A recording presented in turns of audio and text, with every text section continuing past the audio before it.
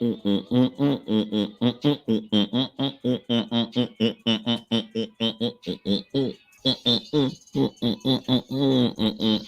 boy. Mm-mm-mm. I know y'all can't hear this, but it's cool. Because it's you. As soon as I open my mouth, you come over here, right? You better not unplug nothing. Mm, it's me how I got this for. What's up? James Smith said, long time no see. What's up, James Smith? Yeah, I'm in the ATL from now on, man. At the crib right now. What's up, Sean? I ain't seen you I ain't seen you in a live in a minute. You always catch them late after I recorded them. And what's up, Clean Black Sneakers? I'm smiling because I'm listening to the song I'm about to record when it's live over with, and I can't wait to record it.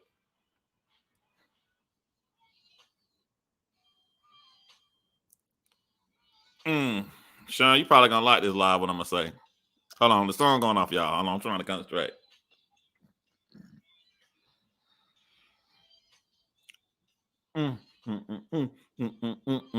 When it's done, when the documentary done, well, I ain't releasing nothing. It's not my documentary to release. But when it's done, I give it to her, and she'll release it whenever she wants to.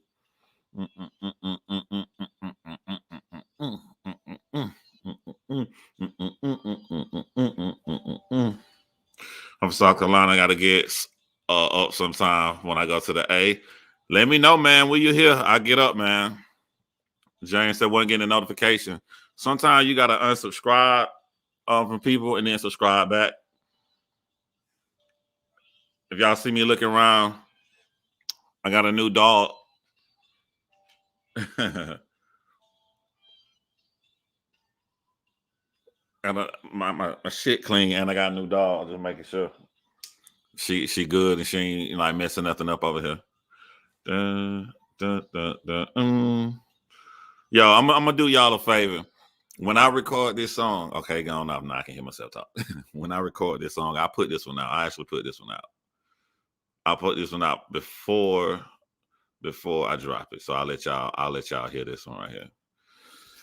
It's being cool and creative to try to create different kind of songs on a concept album. You know, I never done a concept album before. But it's eye-opening how songs can sound so different as you listen to all of them, but when you look back and think, it still follows the same theme. All of it follows the same theme. My German Shepherd puppy, the one I got is half German Shepherd, but don't look like it. Half collie. Just popping in and say hi. Going live myself in a few. What's up, Rosaline? What's up? I have some of the best women over here, man. I love that the support that y'all give me, man. Some of y'all give me support on multiple channels, so I appreciate that. I know a lot of dudes over here don't get that kind of support, so I appreciate that. So check it. Why is this called the No Smoke Live 1? Why is this not the Smoke Live like 15, 16, wherever we was at, right? Yo, you got to be able to look within yourself the same way you can look and analyze other people. And I was questioning myself because it's only been in the year 2021 that I flat out needed a cigar every day. Now, I don't know for y'all who don't smoke, but you should not have an addiction to a cigar because you're not inhaling a cigar, you know? And one of the things I was proud of is that, you know, I used to smoke Newports from the age of 16 years old to 29 years old, and I stopped smoking Newports cold turkey. You're inhaling a Newport, you have a nicotine addiction. So even when I smoke the cigar's for taste, it's for pleasure. Like you're actually eating the flavor of it in your jaws. That's why she drinking her water. You hear that? So I had to ask myself, why was I stopping what I was doing? I'll be driving somewhere and I'm like, I flat out need a cigar. And I come to the conclusion that even though you're not inhaling a cigar, with it being so close to your lungs, so close to your nose, some of that stuff you blowing out, some of that stuff is trickling down in your lungs. And since I used to smoke Newports every day from 16 to 29, it wouldn't be nothing for my body to try to get an addiction again, just from the little bit of residue that is going down in my lungs from smoking. That would be the only thing, because I know, like, I used to need, nobody who smokes a cigar needs a cigar. You know what I'm saying? So I flat out needed a cigar. I'd be like chilling somewhere at a bar. I'm like, yo, I gotta leave, bro. I gotta get a cigar. That to me speaks of like the nicotine addiction coming back. So once I see that, what's the point that you didn't stop smoking cigarettes? Cold turkey at 29 years old, if you're gonna let the addiction of nicotine creep back in. So boom, just like that. I'm done. I cut off cigars. Oh, you want to see me with another cigar? Uh, you got to put things into perspective. I don't want to cross the whole entire country, and I move 5 miles down the road from my kids. It's like a dream come true. That's why I've been so happy, man. That's why I be like, yo, I don't want to kill this dude. I don't want to go live and destroy this dude's life. Because I'm happy right now. I'm really happy, man. I got my dream. I'm by myself. I'm chilling. I got my place look nice, everything good to go. I live down the street from my kids. So once you got everything in your life the way that you want it to, the next phase is to ensure that you're going to be here to continue that life. So what's the point of moving 5 miles down the street from your kids if you're going to do something to jeopardize your health? So I not only stopped smoking, I stopped drinking too. I'm not drinking jack, anything. All I do is I go to work, I hit the gym, and now I try to eat healthy. You know what I'm saying? Because I want to ensure a long life with my children. That's the most important thing to me, man. And I know y'all see me cooking these dudes on here, but it's been really hard to cook these dudes, because when I used to cook dudes in the past, when I used to cook people, I was going through stuff, or I was mad, or I didn't like where my life was headed. So it's easy to just take what you're skilled at and lash out. But like I knew I was gonna have a crazy good weekend this week. I know I had a lot of stuff planned for this weekend, and I knew I was gonna go get another dog. And I'm like, bro, I don't want to do this to you, bro. I don't want to do this to you, man. Like, one of the biggest things that I knew that I was really, really good in life was I can't find my phone. I can't find my phone. That means I'll come in the crib, uh I turn on my TV or whatever, pull up my laptop or whatever, and I'm just doing me. I'm not trying to text nobody. I'm not trying to reach out to nobody. I am happy and content in my own skin where I am now. I don't even be knowing where my phone is. I don't talk to people. I don't reach out to people because I'm happy. And it's kind of fucking up my album, because the concept of my album was coming from a dark place. And I'm like, damn, I'm trying to put out this fucking album about being in a dark place, but I'm not in that dark place anymore. You know what I'm saying? So it's kind of it's kind of weird. It's kind of weird to try to push these songs out now. I wish I could have recorded the album when I was in it, but when I was in it, I ain't have nowhere to record it. So it's kind of weird, man. What's up, EJ? Always. What's up? Shout out to Wave Gang, man. What's up? Shout out to my girl Robin. Damn, I love your voice, John. I could listen to you say the alphabet blush. I just climbed out of rock bottom. Yeah, but I feel like I owe it to myself to make this album, because I want to document the journey that I went on, and a lot of other people, you know what I'm saying, go on too, and how you feel. I lose my phone all the time. I left it on the shelves at the store. Yeah, man. I can't even explain it, but like my podcast partner, y'all know Desi, she a mod on here. She'll pop in and she'll be like, she'll just be smiling, like when we be on Zoom or whatever. She like, I just ain't never seen you this cool. It's like you like for real, legit happy right now. And I'm like, yeah, bro, like it's all cool, it's all love. Except for Wave Game, we got some very devastating news that just popped up this weekend too. I'm not gonna say I don't know how they want to release it, but you know what I'm saying. Got a death in the family, and that was very, very, whew, like I feel like so many people was here for me during my hard part that maybe it's my time. And I said this to somebody on the phone last night. Now is my time to be there for more people, because a lot of people. My mod Kim Porter, she was here for me. You know what I'm saying? She know the hard stuff I was going through. A lot of people was here for me, so it's just time for me to dig deep and go back in and make sure I'm here for other people.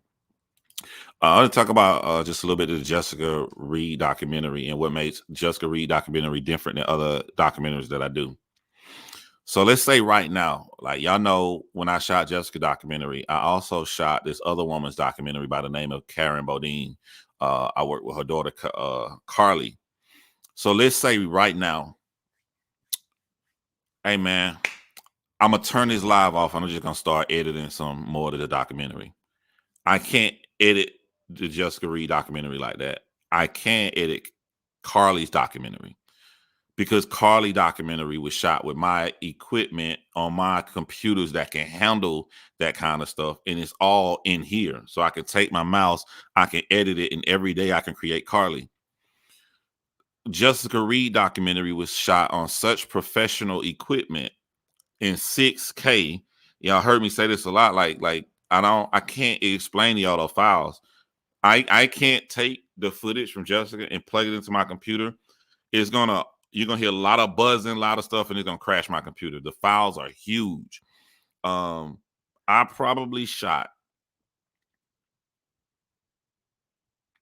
I'm gonna just throw a random number out there. I probably shot 200 gigs of Carly's documentary for her mom, Karen.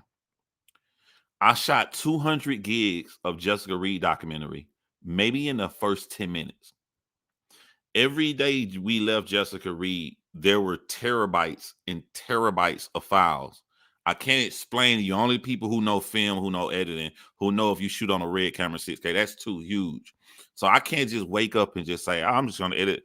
It requires me going with my other producer, Tony, who equipment it is, and then we going to his house to pull up the files on his stuff to edit it. We have to be there at the same time because I know how to cut it up and I know how to tell a story that will resonate with people while it's from Tony equipment and it's from Tony stuff.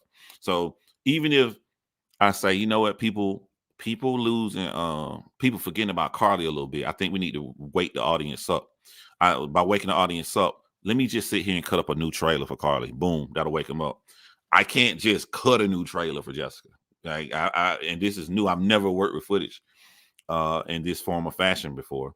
And Jessica's shit can only be done on Adobe Premiere Pro. I mean Final Cut Pro, but we ain't got Final Cut Pro. But only shit you make real movies with. So the upside is the quality. The upside is that this is going to be looking like the same stuff as on TV. The bad side is when you're dealing with quality that good, when you're dealing with files that big, you know, it kind of limits on what you can just wake up and just roll out the bed and do. So that's just what I want to say to y'all publicly. What I'm working on, and it take a minute. I'm working on my friend Tony, and I don't know what it's called in editing, but he can take the footage and he can render it down to a lesser form. And when he render it down to a lesser form, he can give it to me. And when he give it to me, that way I can go in here and I can start cutting. I can make trailers. I can do all kind of stuff to just, I can send Jessica Reed little segments or whatever. She can put the stuff out, but he gonna have to render it down. He gonna take all that and render it down first in order to do that. If you didn't know, to keep y'all in there. So DME said you flagged everyone. I show that I'm effective at everything I do. I've never done nothing and it not work. If I flag you, your channel's coming down. If they got a channel up and they say I flagged them, that's proof that I don't flag them. So I don't know what to say to you. I mean, last time I checked, they over there using really, really old footage that I let people use. And also too, I am petty. I'm so petty. Why would I flag somebody's channel down when I'm enjoying watching the people unsubscribe from them every single day? That's how petty I am. Why would I take somebody's channel down when their own words got them so frazzled that they're losing subscribers every day? To me, as a petty person, it's more enjoyable to watch them fuck up their own shit that way. So I don't know. I don't know what you're talking about. I'm gonna give you one more attention before I go into more important people. You said they did come down. Who? Who is they? We like evidence over here. Who is that? Who channel went down? Who's talking shit about me? You have to answer this question. Or I'm gonna block you. I don't like propaganda over here. This is the evidence over here. We do the evidence over here. I'm gonna let you know, clean sneakers. You gonna have to finish that statement. We don't put out lies and insinuations. His videos full of lies and insinuation. He has to create lies. AFM. Who the fuck is AFM BT Piper Boy? Piper Boy, my dude. Battle Truth ain't never had a channel come down, and we busted Battle Truth for lying about that. He made a second channel that y'all are watching now, and we posted that his old channel was still up at the time, and that he put his videos on private, making Battle Truth at the time come out and admit that he lied about that. I don't know who AF the other person is. So now that you know the facts, could you not go around and spread this, you dumb troll? Angry Fan, my nigga. He'll tell you he my nigga. So why would I flag down Angry Fan? He ain't never had no beef with me. Why'd I flag down Angry Fan? That's my dude. Angry Fan laughing at how I'm destroying these niggas. Laughing. He think it's the funniest shit in the world. He don't rock with DME Detroit. So you making your friend look bad in your troll account, whoever you are. So just go back in detail. You mentioned Angry Fan. That's my dude. That's my nigga. You mentioned Battle Truth. He never in his life had a channel flag down, and he got busted on that. You don't know your facts. And who was the third person you mentioned? Piper Boy. That's my nigga. I ain't never shit. I talk to Piper Boy. We talk all the time behind the scenes. What are you talking about? I didn't. He did, just asking. Okay, I'm glad you asked. I'm glad I was able to clarify that. You see how easy I clarify stuff into details? You see how easy I do that? I'm too petty. No, I ain't gonna say that. He did say one thing that was true. He said he afraid of me because he don't know, ain't no telling what I'll do. He right on that aspect. It's just that he don't know. He don't know what I'll do. He don't know that I'm so petty that I'm just enjoying him fucking his own channel up. I think the shit is awesome. I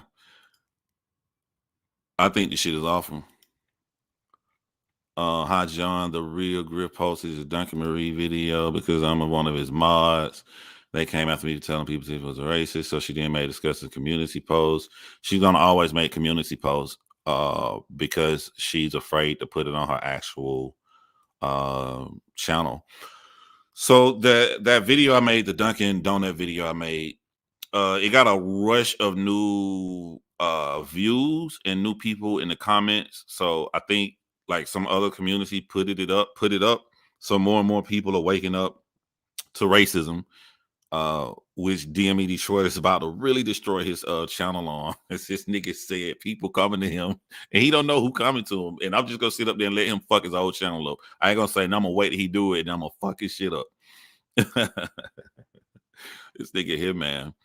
The apology. Yeah, I'm 50, far beyond the sentiments of a girl. Thank you for the respect. Say less. I don't know what's going on in the chat here. The only person who was flagged was the Smoke of NY, and he was flagged by Angel. Yeah, so like, you know what I'm saying? Like, I don't go off what people say, man. I look at what's going on. I have no problem with what they post. Post it all, because it's a lot of niggas be running around here talking about the art of war and reading the book and trying to make themselves sound smart. Look, bro, I want you at your best. I want you to go and do the worst shit you can so people can see how easily I handle the shit. You know, I don't want you crippled. I don't want you hurt. And then also too, the nigga said, DME Detroit said, I want you to know if something happened to my channel, he did it. And when I heard him say that, I was like, you imploding and fucking up your own shit. But even if you wasn't fucking up your own shit, if I flag your channel down, what makes you think I give a fuck what anybody would say?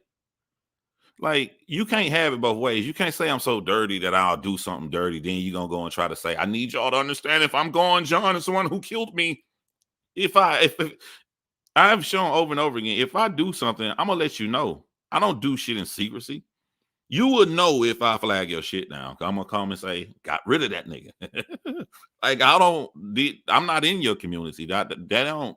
You look up to this community, even though you secretly put them down, even though you're hinting at wanting to go grab racist women who beat up and put up families, even though you just went live putting down another victim. You tried to put her on me. You use my name. The case is over with. Nothing else can happen. The story's already been told. But every time, everything he said, he put, but that's how she feels. So he literally using my name as a shield. But what he's saying, the words out of his mouth, he talking about the victim.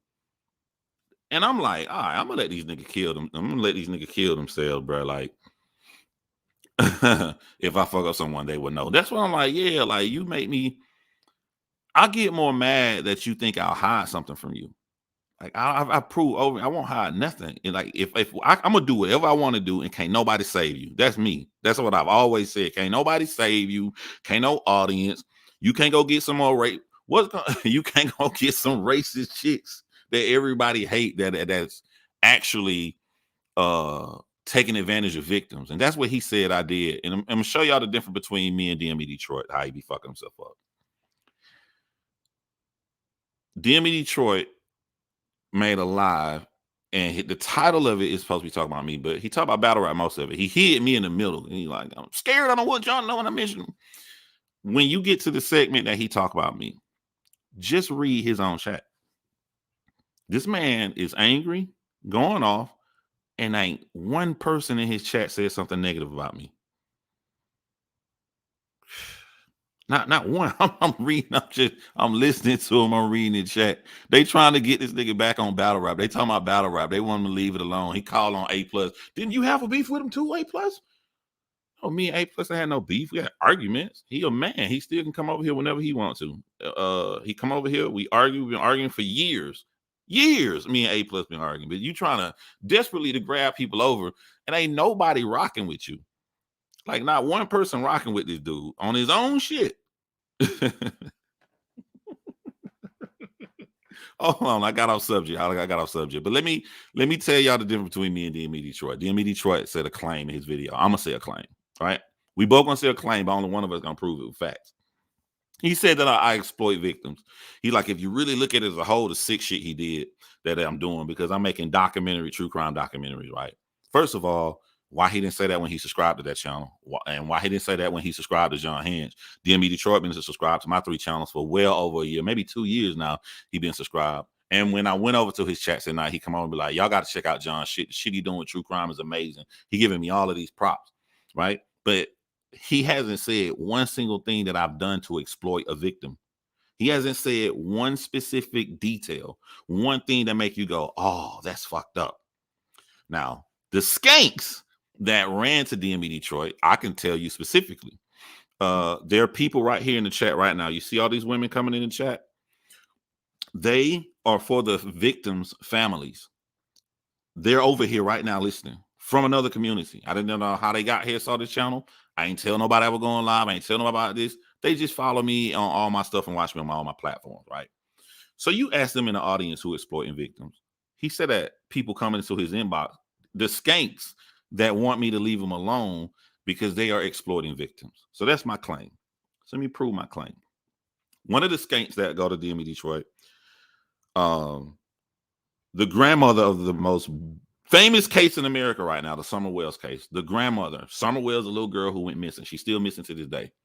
These skanks have harassed and stalked this grandmother so much, they calling her while they live on the phone, cussing them out, do all this other crazy shit. Grandmother come to me, the grandmother on my channel. And DME Detroit, what he's doing, he's letting his anger for me, for one person, clout his judgment. Because what if your child went missing? After your child went missing, your mom, the child grandma, your mom is getting harassed by dumbass YouTubers, calling and pranking them and spreading all these lies. What if they doing that to your mom and y'all so frustrated as a family? You call this YouTuber, they hit me up, crying, showing you all of this stuff that these people are doing to them. And you sitting, you sitting there like, ain't nobody gonna say nothing, because the best way to make your money on YouTube is to stay away from drama. So you're gonna get other people in true crime. They're just gonna go do another case, another case, another case. And while they go do all these cases, this family is still being harassed, still being picked on by these skanks. Somebody need to do something about this. In steps me, I'll be your motherfucking huckleberry because the entire time I've been on YouTube, all I've done is take up for fucking people. What was your beef? What was your beef with old boy? He fucking 15-year-old girls, and he's trying to convince young American black men that this is okay. But DME Detroit didn't have a problem with that. This is me proving my claim of it. Look at all these people in the comment section. He said that I exploit the victims, but all the victims come to me to take up for them, to help them, to help them. Ain't got no money from it. You know how much we'll charge? You know how much we would charge for a 6K video, a 3-minute video on a red camera? Ask people who film, how much would you charge somebody for a 3-minute 6K video shot in a red camera? Ask them how much money that costs. And we do the shit for free. When you come at me who helping the victims and helping the victims' family, you're hurting the victims who want their story out, who want their missing family member to be found, who want the harassment to stop. But he's so caught up on the L that I gave him, it has severely clouded his judgment, and he don't understand it's these actions of why people are unsubscribing from his channel. It ain't what I'm saying. They tired of this shit. He'll come on here and be like, just leave me alone. Well, every time I come on here, I'm responding to clarify lies and shit he said. I'm defending myself. It's not like I wake up and came at him, he came and put out a lie.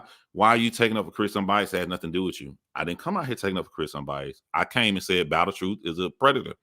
When I said Battle Truth is a predator, he said that he start calling us names and saying that we defend Chris, start saying all of this shit. So then now I got to defend myself from that. And from this, he said that I need real mental help. Like there's something wrong with me. The guy who wake up on a weekend, just go down the street, chill, be with his children, and come back here and edit true crime documentaries. If I take up for somebody who being picked on, harassed, and bullied, and if I take up for myself for lies being said about me, he didn't say Battle Truth need to go and talk to a psychiatrist. He didn't say that. This man out here fucking teenagers left and right. He didn't say nothing about the little Hispanic boy coming in the black community calling every single body around here gay. And I realized why DME Detroit don't care about conspiracy theories, because he likes to put out conspiracy theories himself. Because this man has nothing on me, he literally last night made up an entire lie. And he was all into his lie. Yeah, I bet he the one who told Chris Unbiased the story. It was John. John did it. Oh, let me go into details. He probably called him on the phone. Probably this, all this fake shit.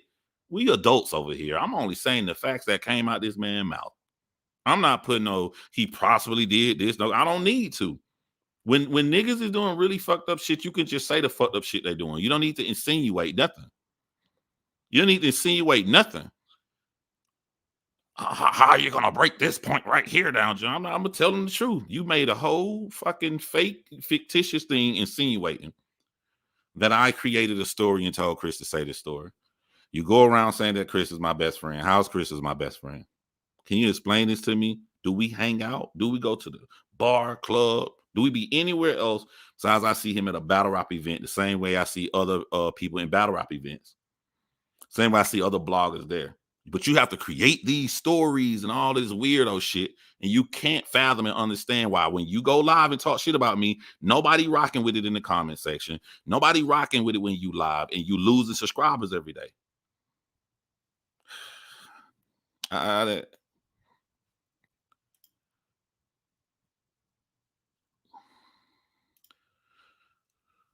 don't care. Look, I'm gonna tell you whatever you say. This when he did it. Did he stop messing with BT 4 months ago, 5 months ago? Whatever you say, he had knowledge. He knew the same as all of us that Battle Truth slept with a 15-year-old, and he was cool with him after that. If he was cool with Battle Truth sleeping with a 15-year-old, and 8 months down the road, he see, I don't know, Battle Truth ran his car into another car and he dipped the scene, and now DME Detroit mad. He did a hit and run. I'm not gonna fuck with him. This isn't me making up some shit like he make up for me. This is an analogy. I'm saying whatever the culprit was that stopped him from being friends with Battle Truth, he should have stopped being friends with him way back when he found out that he slept with a 15-year-old. You see the difference? It's really easy. You see the difference? He wants to say something and lie on you. It is a lie to say that I told Chris to make up this story, right? That's a fucking lie. He wants to put out a lie and then he wants you to leave him alone. Because after he put out the lie, he'd be like, just leave me alone. Just don't say nothing to me. That's why I don't mess with these guys. You are messing with us. You're messing with us because we out here living our life and you going live and lying on people. So you can say you don't mess with us, but you're literally messing with us. You literally messing with us, which is fine with me. I don't complain. You ain't heard me complain about nothing. I'm just like, yo, if you give me that smoke, I'm gonna get the smoke back to you. Y'all try to throw out smoke and get mad when I break it down and clarify and bring people back to reality. I don't think about y'all, bro. I don't think about y'all. You know what I'm saying? Like y'all really act like children, man. You act like children. Don't talk shit about people if you don't want them saying nothing back about you. If you come out here and you purposely lie on somebody with no facts, no evidence, you just making up shit out your head, would you say that's foul?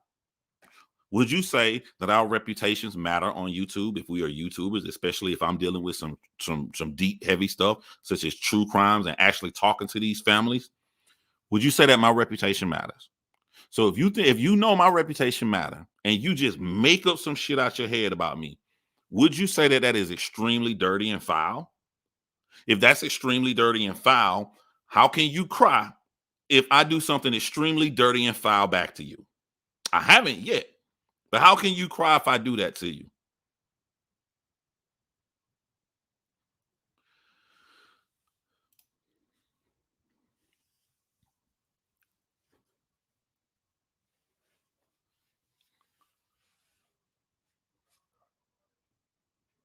Why am I talking about you, Demi Detroit?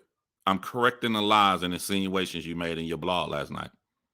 Had you not said those lies and insinuations, I would not be talking about you. I'm correcting, I'm defending myself. And you're gonna lose more subscribers from it. I don't know how to make this more easy. I'm ready for that unsigned. Who needs to be unsigned in the audience? You keep picking on him, he probably will show up at an event. I guarantee you he won't show up at an event that I'm at.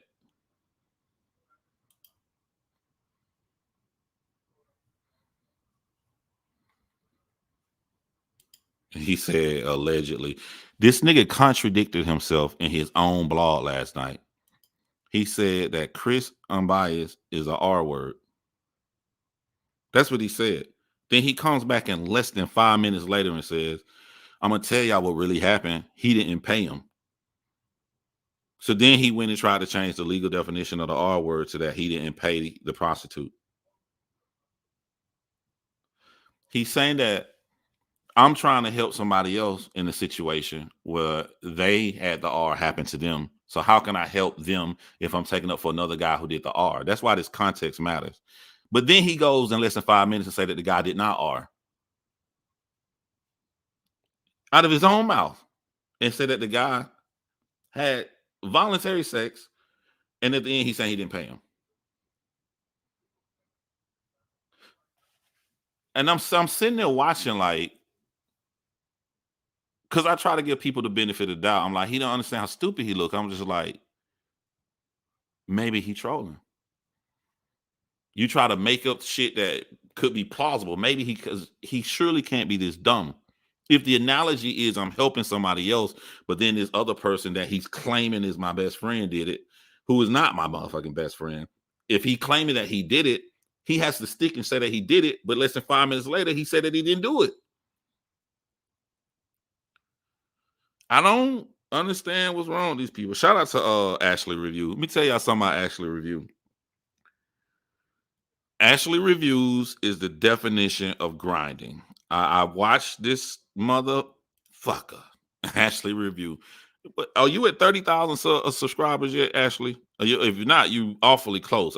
This woman was in battle rap and the most intelligent brain I have ever seen from a woman in boxing to date. The way she can break down fights and do all this stuff. So I told her, if you're gonna make a YouTube channel, you need to do it about boxing. You'll blow up. The people be shocked She said, I don't want to do that. She want to do it her way. She want to talk about things she want to talk about.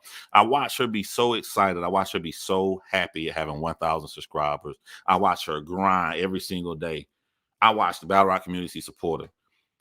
And she done blew all the way up just by putting in the work every day, by doing something she enjoyed, by doing something she loved, man. So I just want to give you your flowers right now, Ashley. I see it. I'll be coming over there giving you multiple thumbs up from my different accounts. As DME Detroit said, he has 5 accounts, everybody.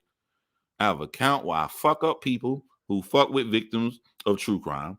And I have an account over here that everybody like that I took out of battle rap. Y'all should be going. Y'all, if you want me to leave you alone, I'm not even in battle rap. I'm doing what Ashley doing. I turn my channel to something else. And people like it over here. And I have a true crime channel. What the fuck is wrong with that? You see how people will say something, right?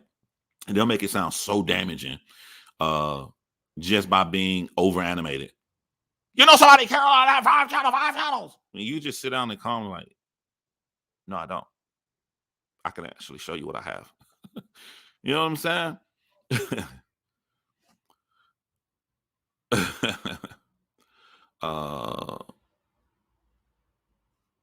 Wait, hold on. Let me see a comment before this, because I think, come on, y'all.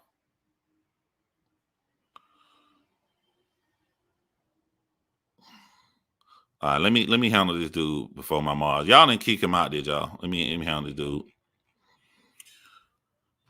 Get a real account with a face. Be a grown motherfucking man. Once you be a man, stop being lazy and do actual fucking research. Grown men should not have to repeat themselves. We have here is a difference of opinion. What we have here, I can't even say it's a difference of opinion anymore.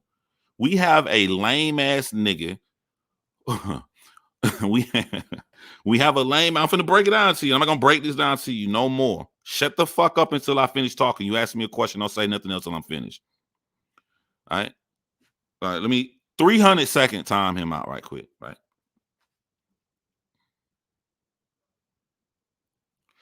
What we have here, y'all put don't block him. Put him 300 seconds. We have a guy who was friends with a guy who molested young girls under the age of 18 years old when he was a grown man by the name of Battle Truth. DME Detroit was friends with this dude, cool with this dude, no matter what he did to him, right?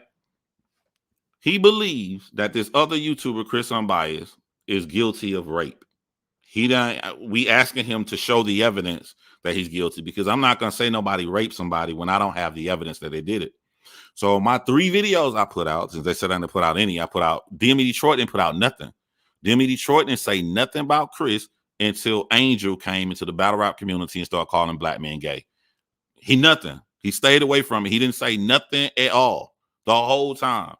From the time Chris got arrested, I had 3 videos up within the first month. So how they say we're not talking about it? So we talked about it, but you don't like my opinion. My opinion is I'm not going to come out here and say somebody raped somebody unless you show me the evidence. We keep asking them to show the evidence. They say he lied about this, he lied about Shannon, he lied about this right here. When you don't want nobody to know that you paid a stripper, you lie. I've even went into details on this multiple times. You're going to rape somebody by either putting something in their drink or having sex with them when they don't have the mental capacity to say no. That's rape. You're going to rape somebody if they're underage. That's rape. Not those 2 aren't in question with Chris. So you're saying that the forceful part, that he took it. He took it from 2 prostitutes that got upset because they said that the money he gave was fake. This give me this. If I have to look at stuff like I'm one of the jurors. If I'm one of the jurors, you haven't shown me the possibility doesn't exist that this is a money dispute between a prostitute and a John. You have not shown me without a shadow of a doubt that possibility. In order for me to convict someone that says guilty, I have to know for a fact that they raped somebody. It is really that simple.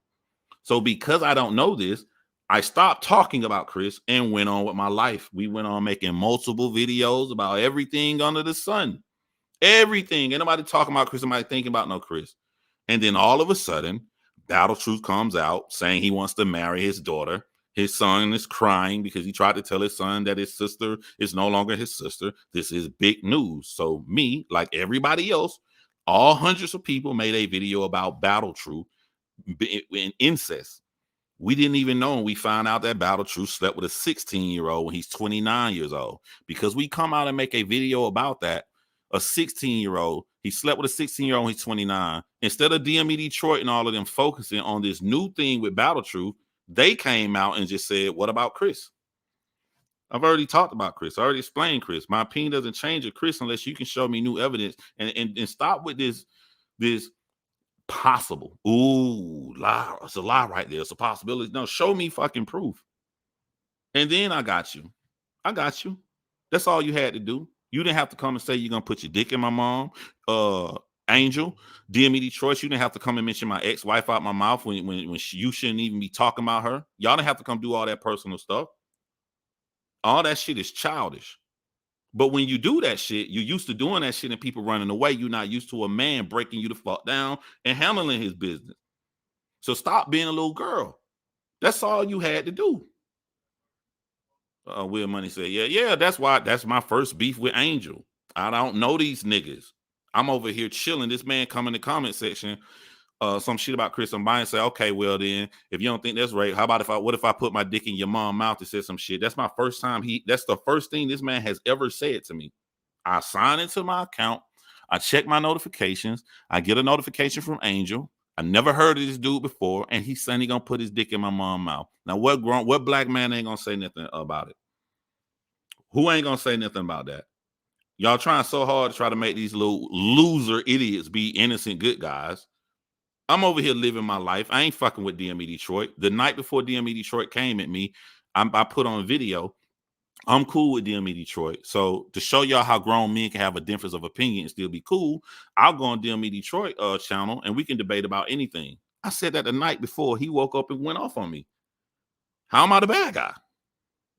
I was shocked. How am I the bad guy? I don't have a problem with his difference of opinion, but my difference of opinion, he is now attacking actual victims of rape.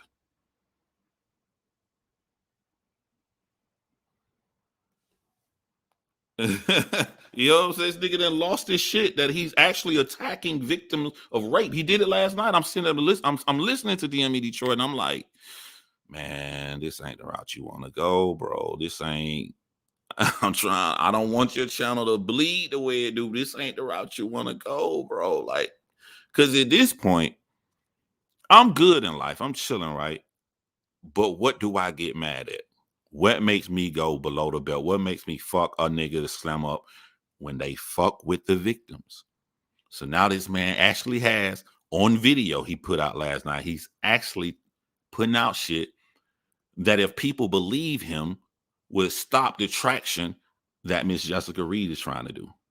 All because he don't like me because I didn't speak about somebody else.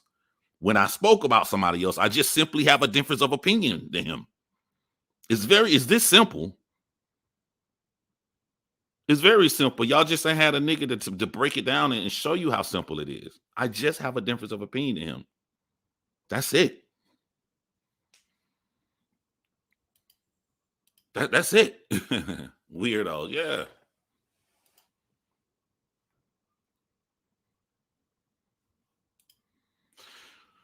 Why is it always a motherfucker without a dog in the fight trying to defend or no referee this blatant violation of all universal laws? Exactly. But then he flips it around and be like, why am I in the business? Like, why are you speaking on defending Chris? I'm not defending Chris. I'm defending myself. You put out lies and insinuations about me.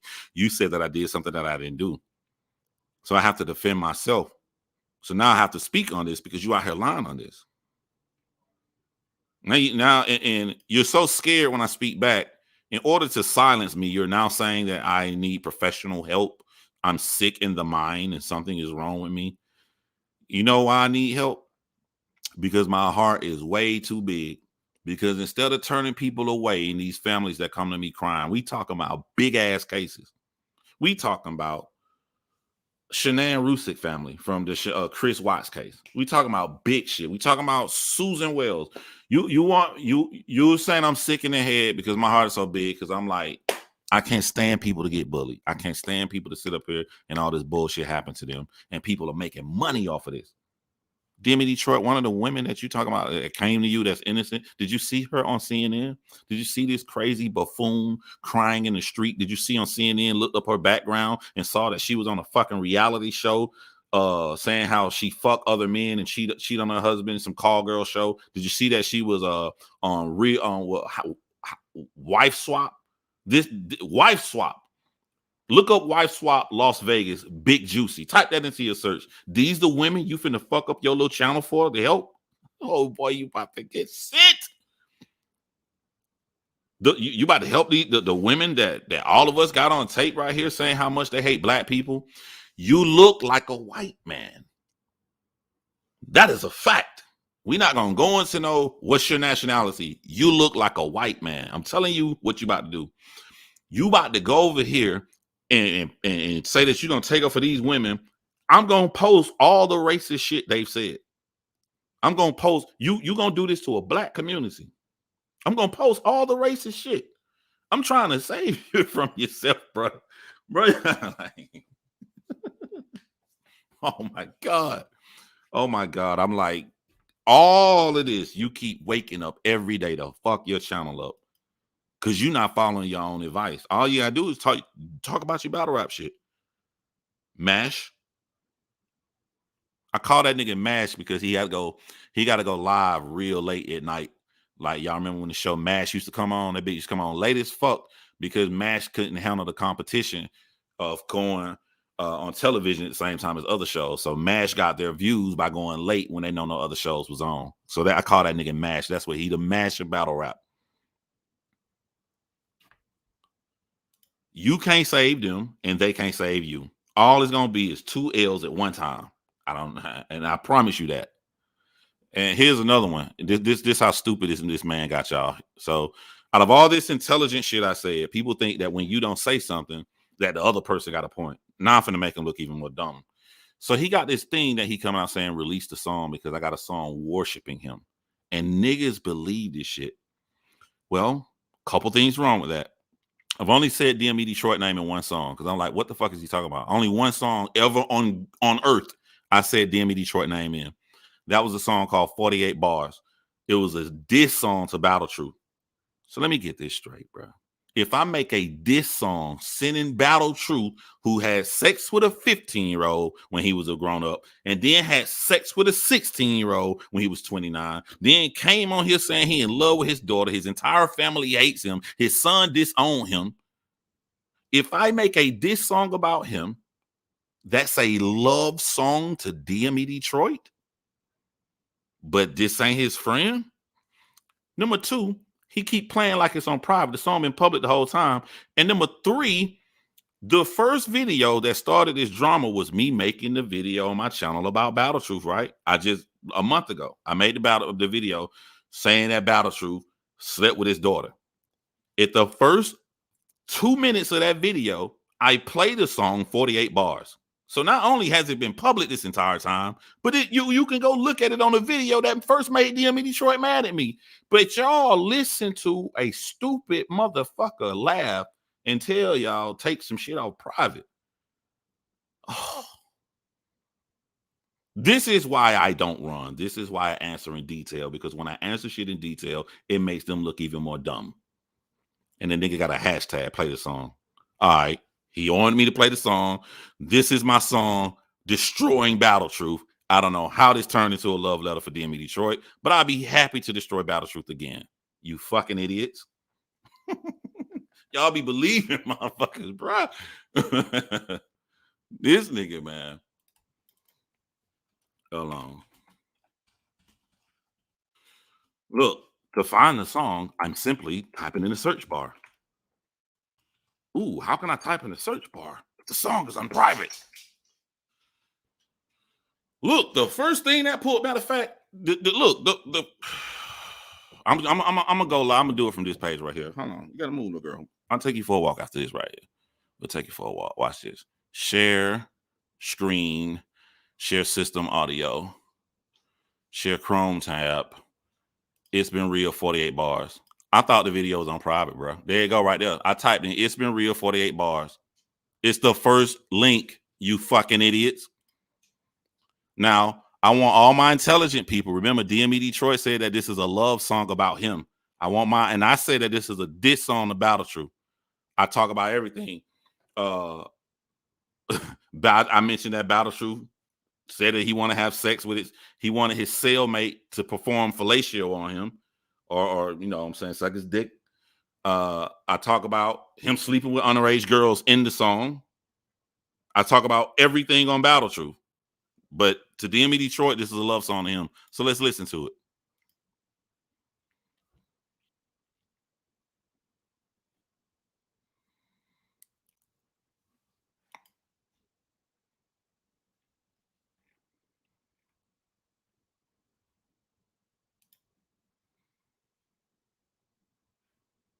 Man, that be monetized. I ain't know that be monetized.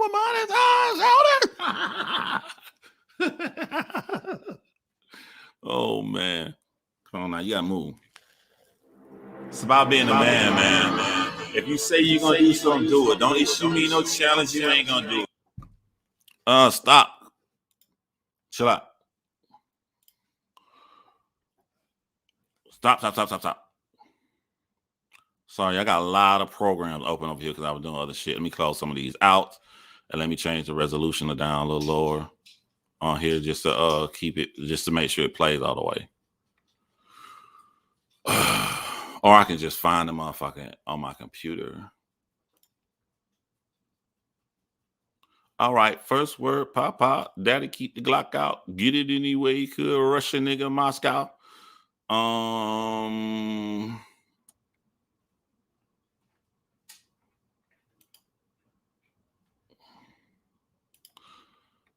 Hold on, y'all. I'm looking inside my computer because I don't want to close some of these programs.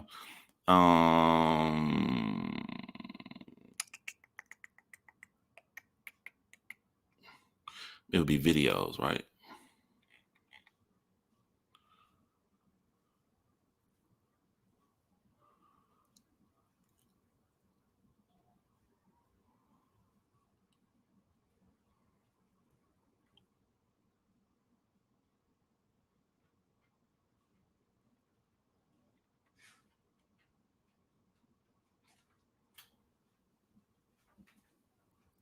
Damn, I got some hits on this bit, boy.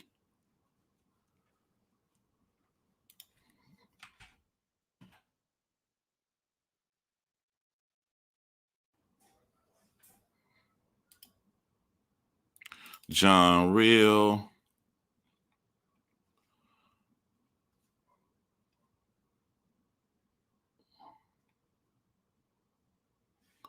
Damn, I did another one on this nigga too. Hold on. Well, it don't matter. It's already loading right now. I know you ain't gonna do it because you a bitch, but I'm gonna do it because I said I'm gonna do it. Let go. Hey man, when niggas be talking that shit, when somebody just talking, they usually trying to hide the fact that they can't do it. Feel them.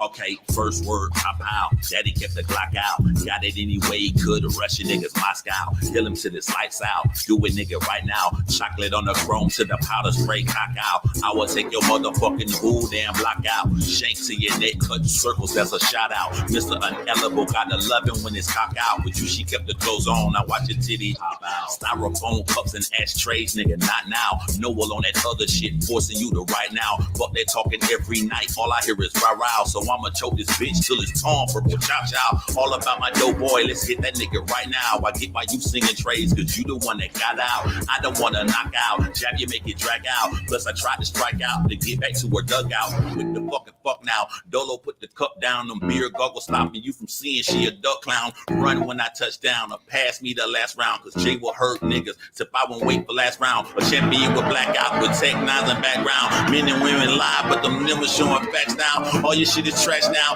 Dated and you asked out, you take it up the ass too. Ask your Shelly that now. Shelly with no bread, nutty niggas need to back down. I'm the only dominator. Watch me Bobby lash out, fuck your lighter, cause I'm fire. Ollie like this fucking class down. I don't need Rihanna or Shia just to show a man now. Whoa, Johnny, slow down. Don't, cause it's hold down in front of everything you ever done. I'm your program. Party at the compound for me because I'm renowned. And I ain't have to get out. It's deadly when it sleep out.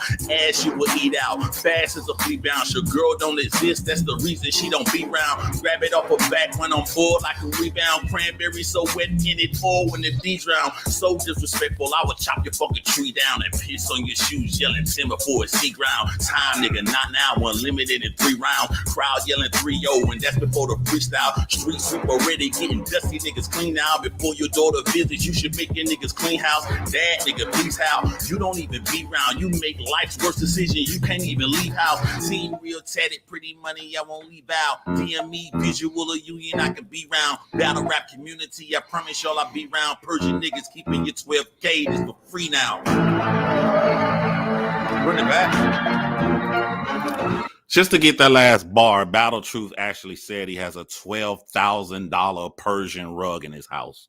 That's why I said Persian, like the Purge movie, but Persian rug, Persian niggas keeping your 12K, this for free now. How is this a love song to DME Detroit? Right now, now he finna fuck up because now I'm finna put this song back in the timeline. Right, check this out. Check it out. Right, hold on. This man said he was never friends with Battle Truth. I put out a diss song. He didn't told y'all, and he hashtagging it. He begging me to play it, to play a love song that I made for him. And that's his idea of a love song that I made for him because he's one of the many names I put at the end.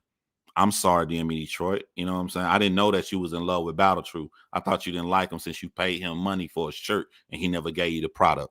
My bad, bruh. Don't mean that I love you.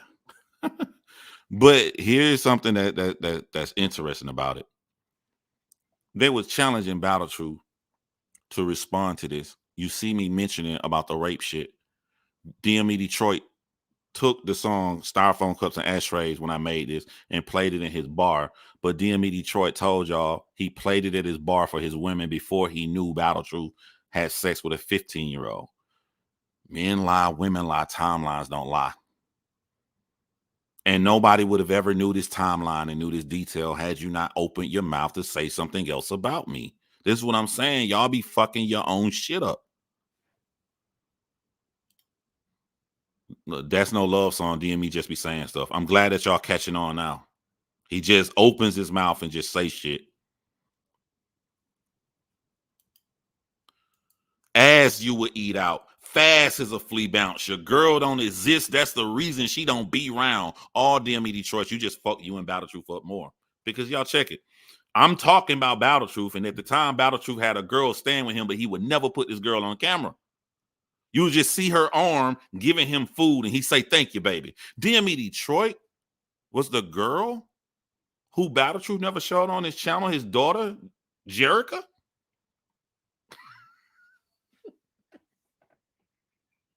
All you had to do was shut up. Was it Jerica? Y'all remember that two of you been around. Battle Truth kept a little young black girl, woman. I don't know. We just saw a hand, and he never put her on camera.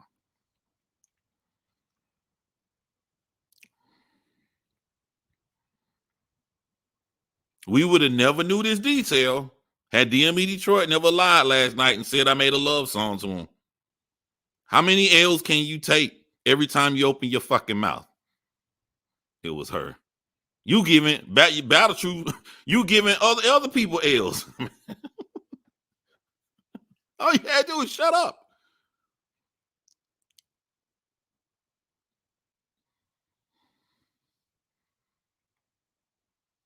Look at the comments, DME Detroit. When I talk about you, they comment about you. They talk about what I'm talking about. When you go on your segments and talk about me, ain't none of the comments talking about me. It's like your audience trying to save you for yourself. You be like, I can't stand John. He's a fucking crazy psycho. In your comment section, they be like, hey, DME Detroit, there's a new battle came out. How about we talk about that battle?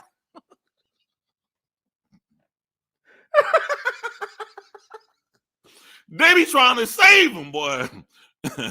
They be trying to save DME Detroit like a motherfucker about to jump off a building and commit suicide. Hey, buddy. Hey, come on, buddy. It's okay. Just come over here. Come over here. We like you. Look, we're gonna play Styrofoam Cups and Ashtrays. Come dance with us, DME Detroit. They be trying. Hey, look, you know I'm telling the truth I can't delete comments off his live. So go look at when he talk about me and read the comments. Ain't no comments about me. Ain't no he lame, he a fuck. Ain't none of them. I know he not gonna delete the comments dissing me. So what the comments dissing me? Why don't they? Why your people ain't rocking with you, DME Detroit? Come on, buddy. Come on. It's good over here. Go look. If I'm lying, I'm flying.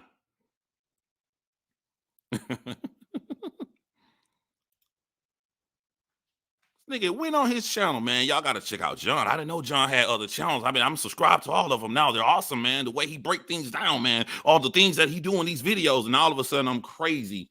I'm crazy. Like, I think about Carly, man. I think about Carly and think about Carly's hard life. Carly was 17 years old when she pulled up to the side of the road and saw her mother nude on the side of the road, dead, murdered. We still don't know who did it. Her case is dying down. She wants us in the public because her and her siblings want to find out who fucking killed their mom. We sit down and she come to me free of fucking charge, and I drive all the way there, all the way to Washington, filming for 4 months with her for fucking free. And DME Detroit wants to turn that into a bad thing. Because he don't like me, he's willing to put a negative shadow over the work for this woman to finally get justice for her mother who was brutally murdered. This is why these are fuck niggas. That's when I get mad.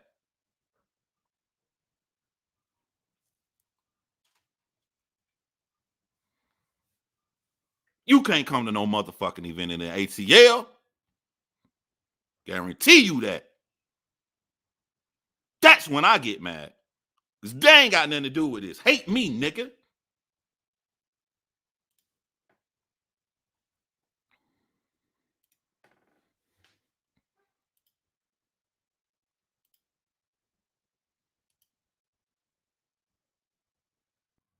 Let me calm down, man. Me. Don't understand these whack ass niggas, man. Lames. They hate you so much that they ain't even willing to research the motherfuckers that come to them. So he know he looks exactly like a white man. He want to go pull some fucking white women over who are racist, who are out here terrorizing families because he thinks it's going to get with me. Do you see what I'm doing to them, nigga? Do you see what I'm doing to them?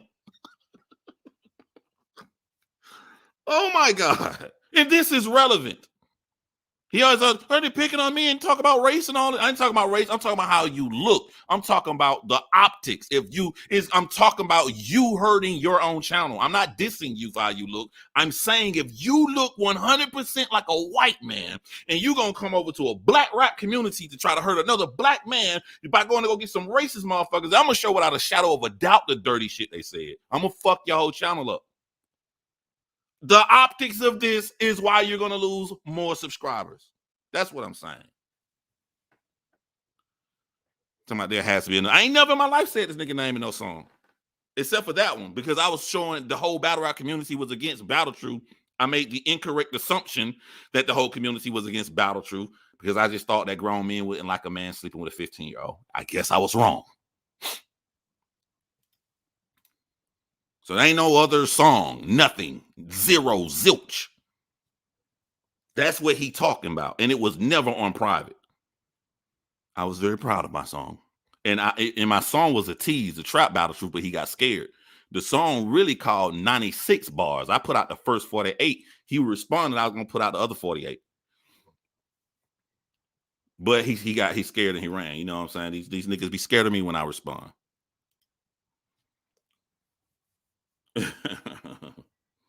Still got that other one in the chamber, though. You know, I still got the other 48 in the chamber. You know, I ain't put that shit out, but he dead anyway, so.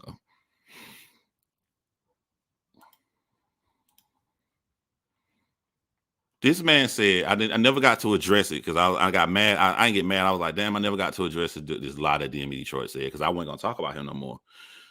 And my boy crushed him. EJ Always destroyed him. Go to EJ Always channel, man. My boy, I think he in the chat right now. If he is, I'll highlight his comment. What did you say about race? What did you say about race, DME Detroit? Oh, oh my God, you about to get destroyed.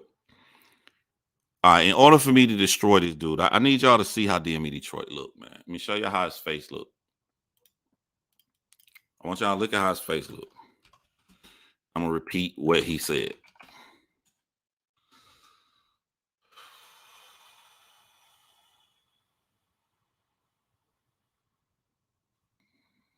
Oh, look at him, DME Detroit. What, you dissing some other black guys?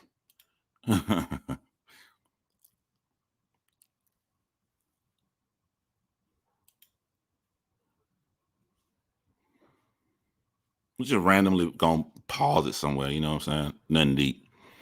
Hold on. By the way, you say that I be watching y'all shit be thumbs down. I haven't, but I'll give you one right now. That's that. There you go. A nice little thumbs down, DME.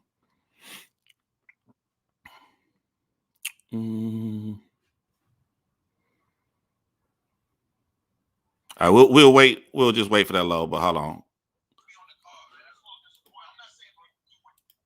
All right. My bad. I forgot to share it up here. Here you go. All right. That's DME Detroit at the top. I want y'all to see how he look. DME Detroit just came to a black community, right? he over here in the black community, right? And he says, I never brought up race. I'm killing him on his own words. So I don't know why he put race on me. But this man said, why does John Real want to fight me? Because they think that a white man is supposed to John thinks that a white man is supposed to bow down to black people. Now I want y'all to see how crazy this shit is, right? DME Detroit, I wouldn't mind slapping your ass in the face because you should have never brought up my family. I never thought that you stooped to those levels. So that's my specific reason. Number two, if you're gonna use the race angle which you're using, I'm not using the race angle. You are, by saying that you literally just diss white people because you said you're not white. You said you're like Middle Eastern or some shit. So you just put down white people and you just put down black people. You just put down white people by saying that they're weak. The words actually came from you, not me. And you put down black people by stereotyping us by trying to say what we all feel about white people. If you're not stereotyping all the black people, then you have to show specifically how I feel that way. You need to show in detail. I wasn't just saying when black people want to fight white people, that's because they think white people are weak. I was just saying that's how John is. All right. Now I'm going to contrast this. In order for you to say that I do that, you have to portray how I only do this to white people, but I keep different energy when it's a black person. I'm the blogger that was willing to fight Head Ice. I'm the blogger that put out 2-man demands on Mouth Hoffa and showed up at every single event that Mouth Hoffa did and interviewed him. You need to name me one black man that came at me that I did not keep the same energy that I'm giving your ass. Just name one. Name an event I didn't go to because a motherfucking blog, a person was there that I made a video about. Not only did I do this, I went dolo by myself. These are black men. So what is the distinction that I only do this to white people when it comes to you? And then here's the kicker. If I'm talking to you like this and you say that you're not white, why did you even use this example? I don't understand. You're saying you're not white. You see how one motherfucker come out here and they sound like they saying some shit when they screaming, yeah, when you really break the shit down. Like, in order to say I only talk to white people like this, you have to show why I was pussy. You have to show why I didn't bring the same energy to black people. The black people who I bought the energy to are way more in shape than you. They bigger than you. They taller than you. They got records where they didn't fuck people up. I bought the same energy.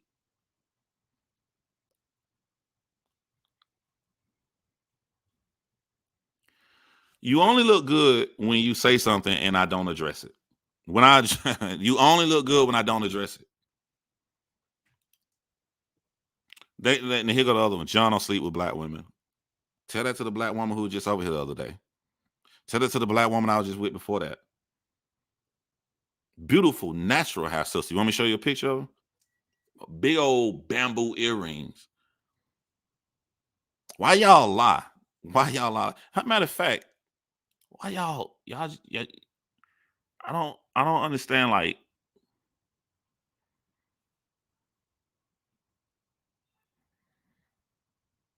was that on this computer?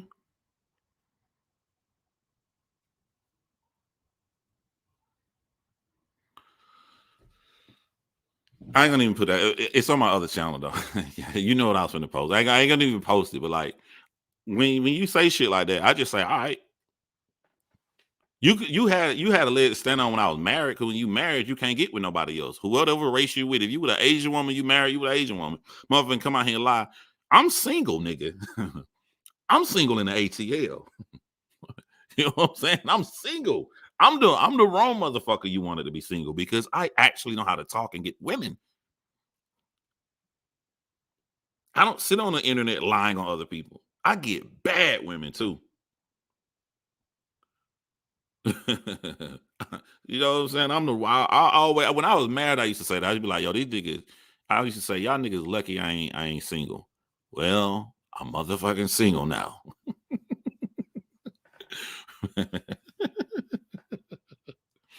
The fuck is this man talking about, man? They lie because they're a narcissist. They can't help it. I actually just think DME Detroit butt hurt. I think that he never like if you look at the beefs he got into, ain't nobody did him this bad. You know, ain't no like the first response I made to DME Detroit, he got bomb rushed on his channel with comments saying that John destroyed you, John buried you. He never felt that before. And the reason he never felt that because he was cool with me. He was safe.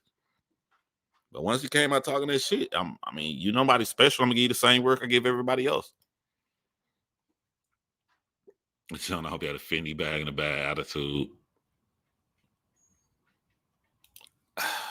This is the conversation I have with my friends, y'all, and it's a good conversation to segue to. Even though I may come in and destroy DME Detroit some more, but like I always felt like date whoever you want. Don't limit your options, right? So I would date any race. It didn't matter what race it was. I would date them, and I felt like if you boggled yourself down to one race, then you could be missing out on true love. You know what I'm saying?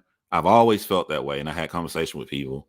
But about a couple years ago, I'll talk to people, and I'm like, even though I don't want to limit myself, I want to date any race. I think it would be great to date a black woman because of what's going on in the world today.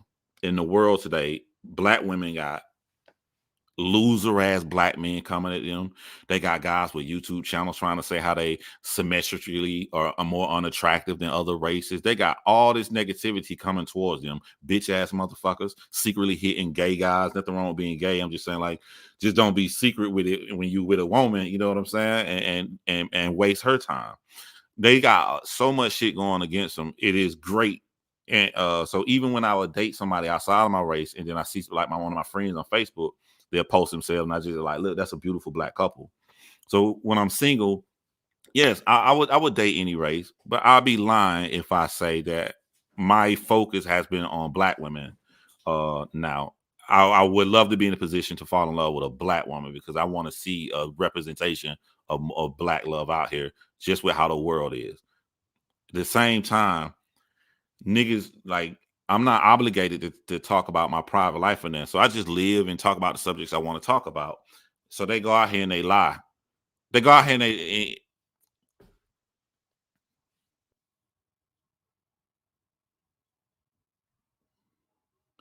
oh, that's me why I got this way. I got it all because of you. That's not saying I'm not opposed to that today, nobody else.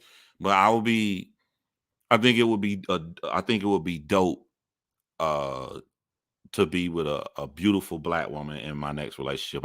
I'm just being honest. I think the shit would be dope. You know, I think she that's where I am in life right now. So um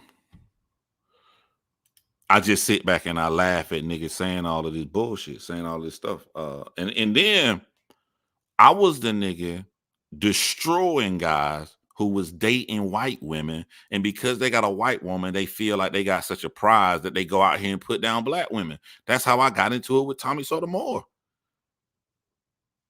I'm out here Go, I'm like, I said that this why people talk shit when black men date white women. They'll talk shit about them because there are some sucker ass black men who would date outside their race and feel like they got a big ass prize and they take this and start putting on black women. I don't like this shit. So when I did that, motherfuckers came at me. Me not being no bitch ass nigga, you gonna get this work too. But because of this, he say I'm crazy and I need help. So yeah, I be on. I when when I be on Tinder, I'll swipe right on different races. I ain't gonna lie, but I be increasing them odds. I'll swipe right way on more. And the last people I've been out with have been beautiful black women. You know what I'm saying?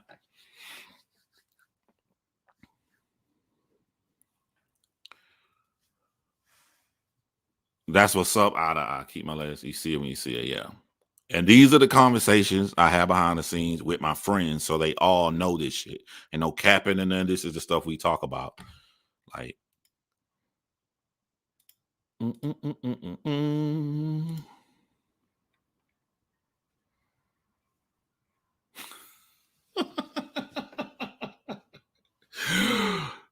I'm laughing at Sue Surf lawyer, and I'm of the moniker, man. Date whoever you want to date. Just don't put nobody else down before it, man. If you like only white, then date only white, my nigga. Ain't nothing wrong with that. You know what I'm saying? Do you the one who got to die? Do whatever gonna make you happy. Me, I've always been open for anybody, and what I loved about myself, you could never look at who I've been with and say I got a type. And we not talking about race. We talking about body. Sometimes I just get into a zone where I just like them all real thick. Sometimes I get into a zone like if you just look back at my past, it just you can't say what type I got. And that's from more than just race physically. I like that about myself. And then normally the opposite happen. Like I'm like, I don't want to date no skinny girl. And then I'll be talking to a skinny girl and I'll be really, really feeling her. I'm like, yeah, right when I say I want to date no skinny girl, here I go. I like that attraction, the wits that a woman has, the conversation that a woman has that brings to you. Those things will trump a lot of other stuff except for fucking ignorance.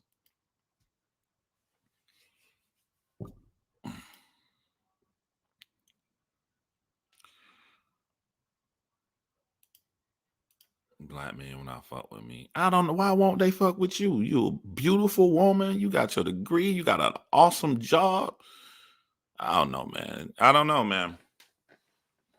I don't know, man. It's just the dating world is crazy out here. You want me to be real? Why these niggas over here making up lies and saying this dumb shit, knowing they can't get no pussy, knowing they losers. You know what I found out about Tinder, man? I found out about these dating apps. I found out that women would say that men just trying to fuck on these apps, right? But it be the women. It be the women throwing themselves. They make it eat. I be like, bruh, I shit you not. I shit you not. Beautiful ass woman. We matched on Tinder at 11 o'clock at night. We texting back and forth on the app. By 1:30 in the morning, she double dog dared me, said live for once, to come to her house and fuck.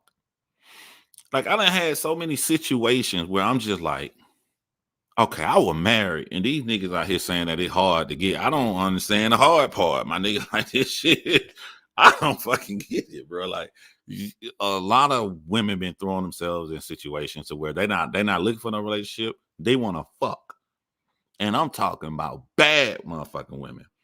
And I just sit back and live my life while these losers go online. That's why I always say the niggas in your comment section who laughing with you, if they came to Atlanta and hung around me, they turn on you because I put them in an environment they never been in before, where they been around, they're gonna be around some women they would never be able to get. I just sit back and laugh at them. This generation don't respect women like that. Man, first the ladies, the bitch, the brothers of all class be trying to holler for right ones too.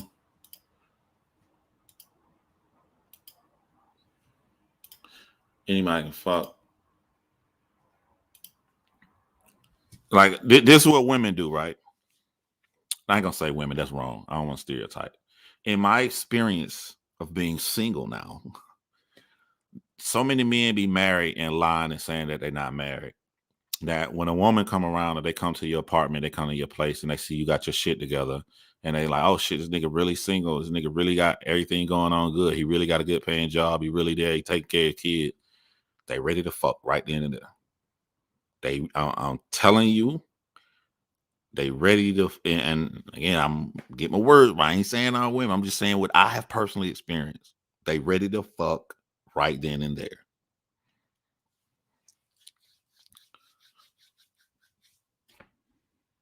And it feels like the bar has been dropped so low from men lying and doing all this sneak shit that all you gotta be is normal. It's normal to have your own place. It's normal to have a good job. It's normal to have your shit together and your ducks in a row. It's not extraordinary. It's just normal. But when you get so much below normal, motherfucker be so happy, and a lot of times they feel like they can lock that position in by sleeping with you.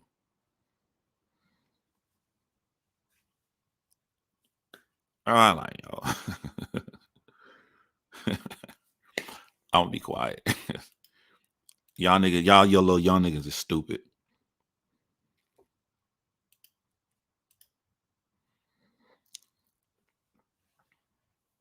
Shot clock real. What's up, D Clean Robinson, man? Good to see you in here, my boy. That motherfucker double dog dared me to come to her house. I was like, this some shit men say. Like this some I'm like sitting back, like, God damn, bro.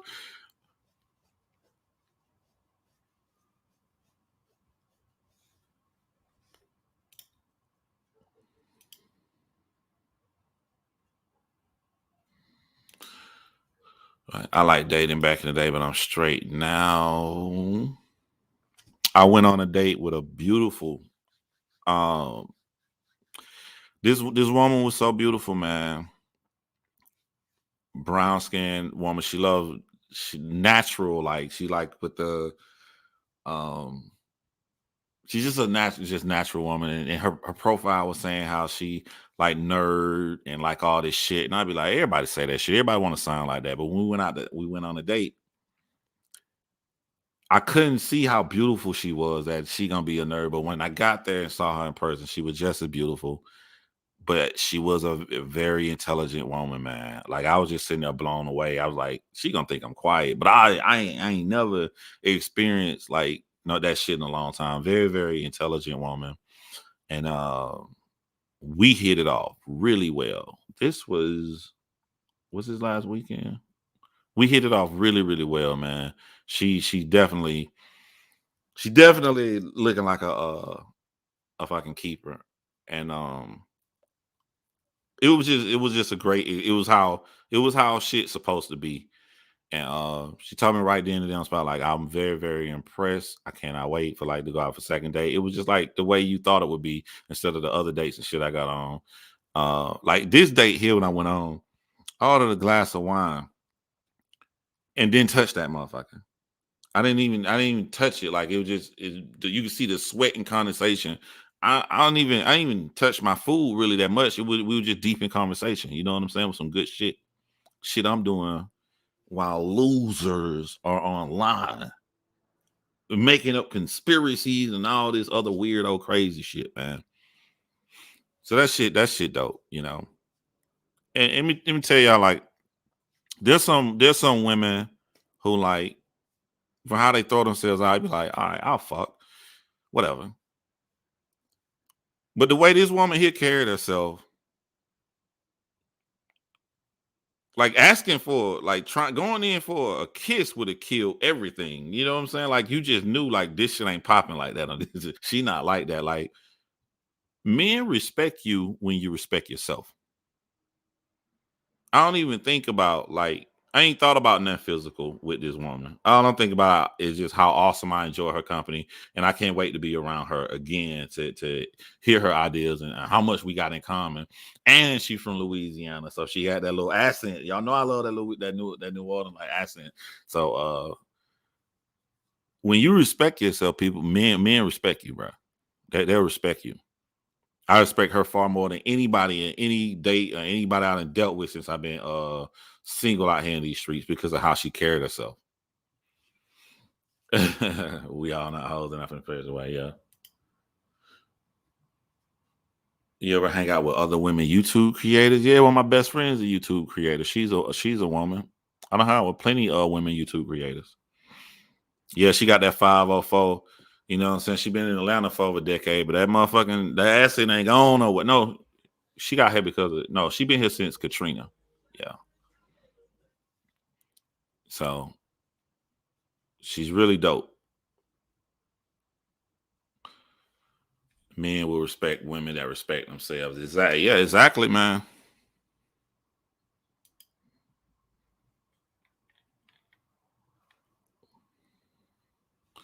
I feel you real. When I met my lady, I was done with dating in general, like done, but she came around and made me feel special. That's a very dope comment, Flow Easy. But with how brutal you be roasting, it's kind of weird to take you serious.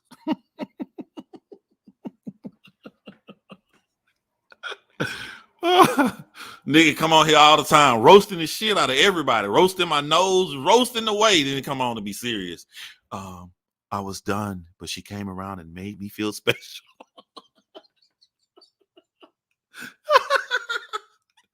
Oh, I met my wife in Atlanta because of Hurricane Katrina. That's what's up, man. That's what's up. Like, yeah, y'all want me to be real with y'all? Y'all don't tell nobody. I'll be real with y'all. I'm trying to stay cool. Nigga trying to stay cool because trying to keep it mellow. Cause I really like this girl. Like I'm like, I don't want to like nobody too much because you know what I'm saying, you're dating. Anything can happen when you date, goddamn it. So I'm just trying like what Andre 3000 said. What he said in that double album they did, that interlude. Stay cool, stay cool, stay cool. uh Blow Easy too funny, yeah.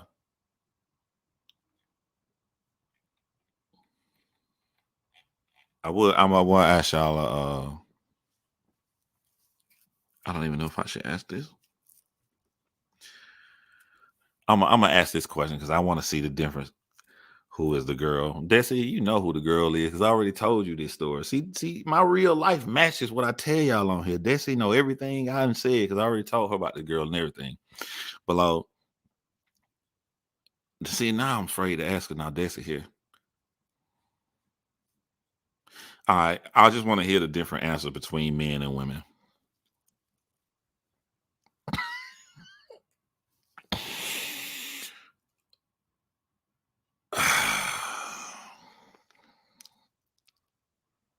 Better not be this prototype.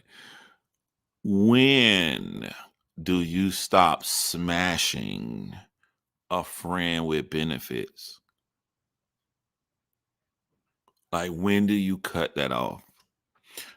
Do you really be talking to somebody? I mean, your status is single, but y'all talking and y'all vibing, and then they leave, and you be like, oh, we ain't made it to the point we're having sex, but I do got the friend with benefits, and then you go smash the friend with benefits. Or do you cut it off as soon as you start feeling something? Or do you keep it fucking and going the whole time, all the way until you and the person you're talking to say, hey, let's make this official? And you go like, you know what? I've been waiting for this day. I want to go official with you.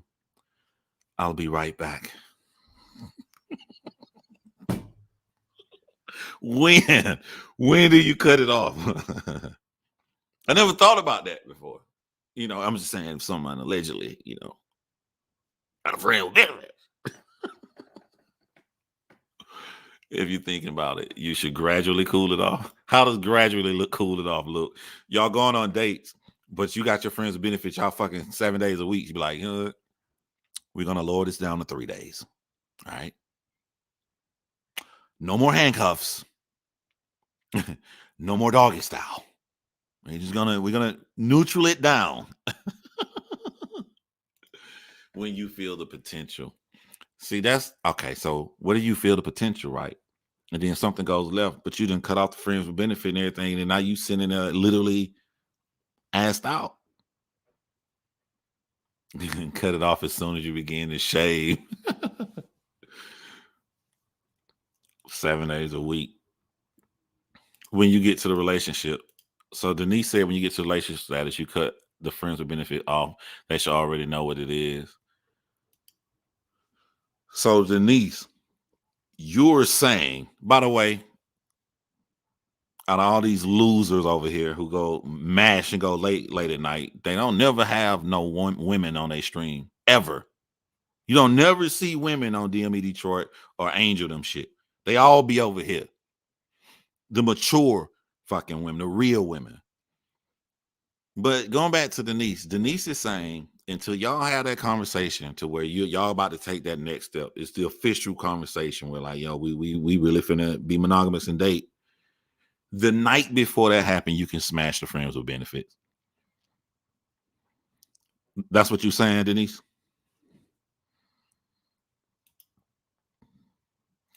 But friends make the best mates because they accept you as a person. I don't know, William Money. I don't know about that, bro. I don't know. I don't know. My ex was my best friend. And now that we not together no more, we cool. We cool again like when we were friends. She gone this weekend with my kids. They gone to our cabin that we had.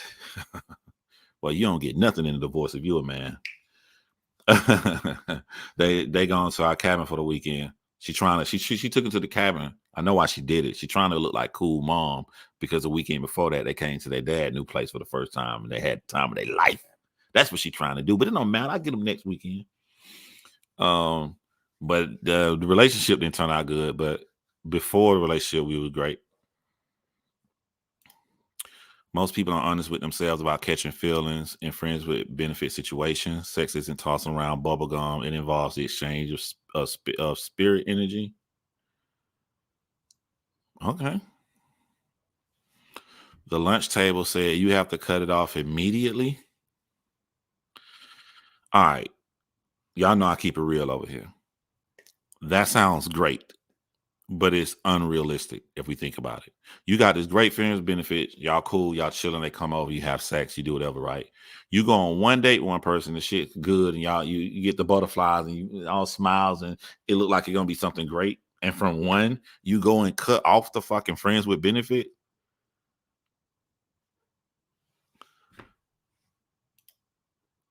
When you get that good morning text, it's cool.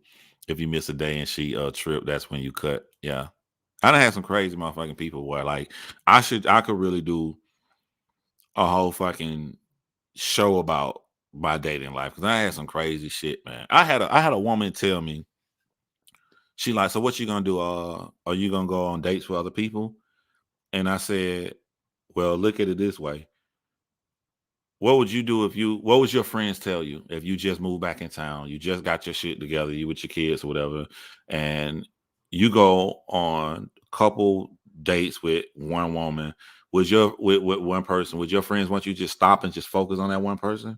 Or would your friends be like, no, date around, get to see and find them, or find out who you really want to be with? She said, okay, that's cool. Just don't tell me about no other dates. I'm like, I'm looking. I ain't said I'm looking like the fuck I'm gonna tell you about other dates for. I don't understand that statement, but I ain't saying that. I'm like, all right, cool. The next day, the next day is when I went out with other girl who I just hit it off really, really well with. All right. And then the other chick texts me like, yo, why you ignoring my text? I'm like, what the fuck? I didn't see one text because I'm fucking busy. One. That shit scare a man. That shit that's some scary shit. Like, yo, my nigga, you done fucked it up. You done fucked it up. Like, but I was so taken back. What do you if this is what happened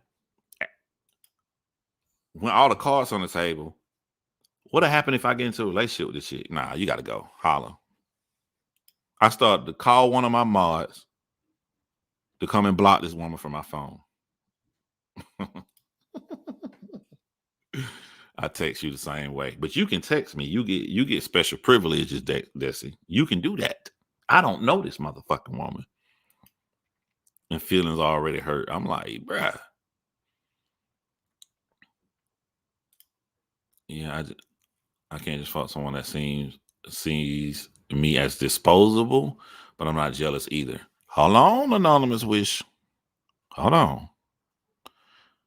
All friends with benefits are disposable. Not the friend part, but the benefit part is the only thing that's disposable. If you sleeping with a dude and he not your cup of tea to date, you wouldn't be friends with benefits with him if you could date him. So you already saying he not on your level to date. So if you got a friends with benefits, y'all just sleeping, that means the door is open for somebody to come in and you can date this other guy. Once you date this other guy, you are going to dispose of the benefit portion at minimum with your friends with benefits. So I guess I got you wrong. I'm gonna wait till you type that in. If the friends with benefits has more feelings for you than you have for her, then she's not a friends with benefits. She's hoping that you're going to want a relationship with her at some point, and it will be messy, in my opinion. Yeah, you're right. Yeah, you're right. Bake cake. I don't know. I always try to be honest and let I like what I tell somebody when I go right when we talking right before we go on a date or whatever. I always say I'm not the guy that'll hurt your feelings because he lied. I'm the guy that'll hurt your feelings because he told you the truth. You ain't gonna like that told you the truth. Like when she asked, "Are you gonna go date other people?" Yeah. Fuck you mean? Yeah, I'm gonna go date other people. What do you mean? That's what you're supposed to do. You're supposed to date around. So that probably hurt her feelings that I was honest like that. But I'm not gonna lie because I don't want to put myself into a position where a motherfucker want to stab and kill me or do some crazy shit because they feel like that they were tricked. So I'm not gonna do that. I'm gonna tell you the truth. And if you try to fuck with me and fuck my shit up after I told your ass the truth, you the crazy person. Do the math, John. Quantum physics, time and space. In the past, my esteem was so low, I took what I could get. All right, I got you. I got you. And I am terrified of initiating relationships, so I just roll with what they want. I can acknowledge being flawed in this way. I plan to be very upfront about my value next go around. I like that though. And you know what I'm saying? I wish that more black men could be more honest and be more vulnerable like that too, instead of everybody feel like they're this perfect macho person. That's what I do. I say my flaws and all. That's what I'm like, you ain't gotta look at no shit on me. I'll tell you the shit. I'll tell you the shit. Like just like I started this live, I had to be honest with myself and like, yo, nobody has an addiction to cigars. If you are wanting a cigar every single day, that means that some of that shit is creeping down in your lungs, little bits of it enough that you can take. And that's where the addiction part is making you want a cigar. So you need to cut that shit off cold turkey. You got to acknowledge shit in order to come over or to be better, you know?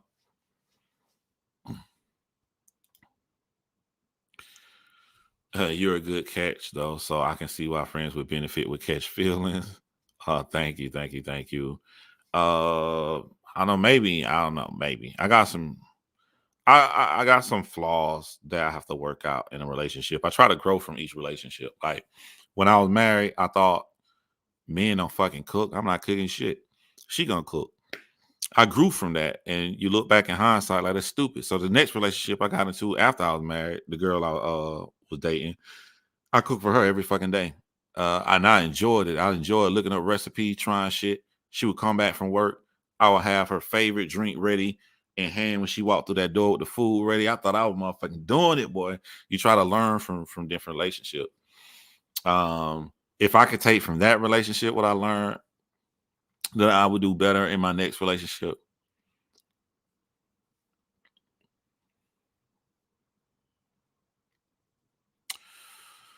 Sam, I was damn near perfect on that one. Oh,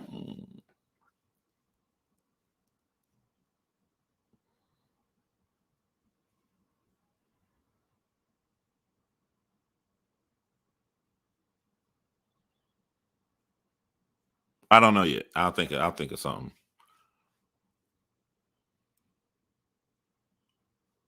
I have to make sure I tell the truth when I say these because the women who I done been with, they watch my YouTube channel. You know what I'm saying? Like, it's not like a secret world I keep away. I be open and honest about it because I'm like, they're gonna find out anyway. So I tell them. So I don't want to say that that's not true. I want to make sure I say what I honestly grow and learn from that relationship and what I would take to the next. If I when it hit me, I'll let y'all know.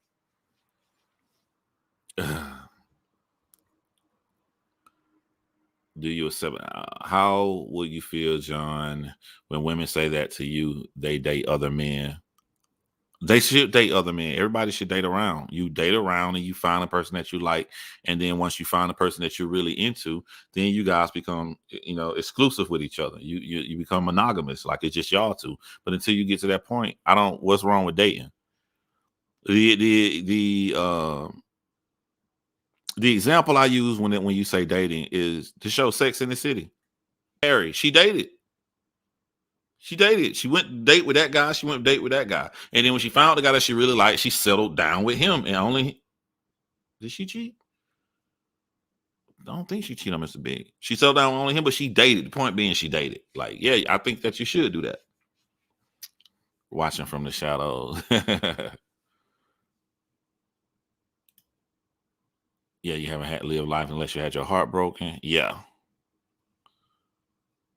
I openly encourage other women.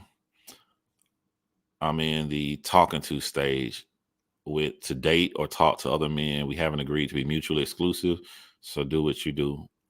Can somebody tell me what's wrong with what Flo Easy said? I don't see what's wrong with that.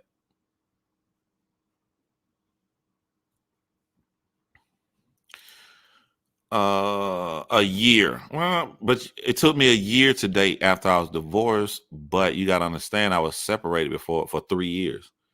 So that's why, like my ex wife, she'll like say like she wants to date. And she say people don't understand like how long we were separated. Like she like I want to find somebody now. I was like, and then find you somebody. Just don't let you wanting to find somebody make you settle for some crazy, stupid motherfucker have around my goddamn kids. But I wish you much, success on finding you somebody.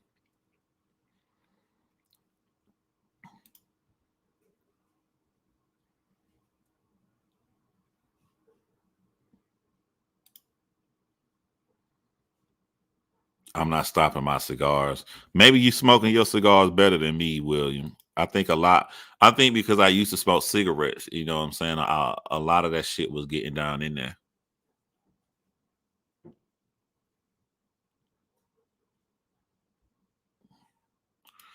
Hold on. Someone says, wait, John, the friend part isn't disposable, but the benefit is. I'm not sure it works that way, even generally speaking. Someone always gets hurt somehow, but honesty is the utmost. I don't know how anybody would get hurt if they're all honest with each other. I don't, you know what I'm saying? Or put it like this right here. The getting hurt part ain't the problem. It's your reaction to getting hurt. So you both know y'all fucking. You both know y'all friends. You both know y'all not gonna be in a relationship. Y'all both know y'all friends with benefits. Everything up front on the table. You liking this person. You start to catch a little feelings for this person. You ain't told this person. You ain't said nothing. So he's still going on with the agreement that y'all had. So he goes and he starts dating somebody else. So he cuts off the benefit portion. Now you're hurt. There's nothing wrong with that. That is totally natural. What do you do when you hurt? Now, if you hurt and you're like, all right, I'm hurt because I like him, but he ain't did nothing bad to me. I'm gonna press on. I'm gonna wish him luck in his relationship. Boom. That's a great thing. You hurt, ain't no problem with that, but you reacted a good way. Now, if you hurt and you go out here and try to sabotage and fuck his shit up, you know what I'm saying? A dude didn't want to be with you and he was straight up front with you, then that's another issue. So it ain't the hurt part that's the problem. It's your reaction to how you were hurt. That's the problem. I'm trying to find this comment y'all was laughing that Flo Easy said. Oh, good cat clouds judgment. Okay, I found it. Yeah. There's no rules on what you can get hurt by. You can get hurt by any motherfucking thing in the world. It's your brain, like it's the reaction to being hurt. That's just like if DME Detroit was upset because he felt like why we didn't come out Chris, you know what I'm saying? Ain't nothing wrong with him feeling that way, even though I did say my opinion. My opinion is different than his. It was how he reacted to feeling that way. That was the issue. uh that was it. It's not the pain and that people go through, is the reaction to it. People are so quick to find something new like the same day they broke up. Nah, when I was going through my divorce, I was so hurt that my friends and my mom, everybody wanted me to fucking date. They're like, they out here doing their thing, and you still sitting here sad. I don't like seeing my son like this. Like, they had to push me. So when I first tried to date somebody or slept with somebody, I wasn't mentally ready to do it. I really was trying to make other people happy at that point, more so, more so than me trying to be out there and be with somebody else. You know, that's why it's best to talk to each other, let them know what the situation is. Keep it moving. I done been there. Being hurt happens. Get out of your feelings and you'll be fine. Look, man, shit happens to everybody, bro. Like, you know what I'm saying? I didn't ghosted somebody. Somebody didn't ghosted my ass. I'm quite sure somebody liked me and I stopped contacting them. I like somebody and they stopped contacting me. I take it on the chin. I be like, damn, man, that motherfucker was nice too. I don't even know what I said wrong. It'd been great if she would have contacted me back. I go through shit like everybody else, but like, I don't harass them. I don't bother them. I go on with my fucking life. I accept shit. Even with these beefs that we have online. I don't get mad when you make a video about me. You know what I'm saying? I don't go and take my image and flag it. If so, the video will be down. Their videos are still up with my shit inside of it because I accept it. I'm like, all right, you did that. I'm about to come back on your ass right now. But then they get mad. They can't accept it. Like I accept life for what it is, not life is what it should be. Exactly. You can't get caught up or stalk a person due to rejection. Boy, have I had that shit happen to me. Uh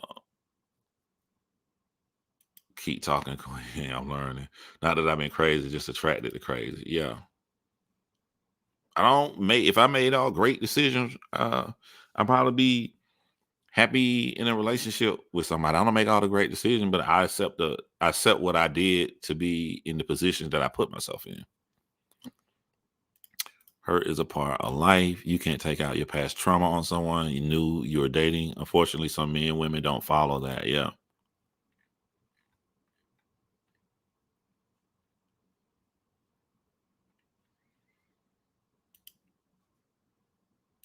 Love the logic, John, but emotions have no logic. I've seen crazy shit be just being a witness for witness purposes. All right, I'm glad you said that. And so that's what I was saying.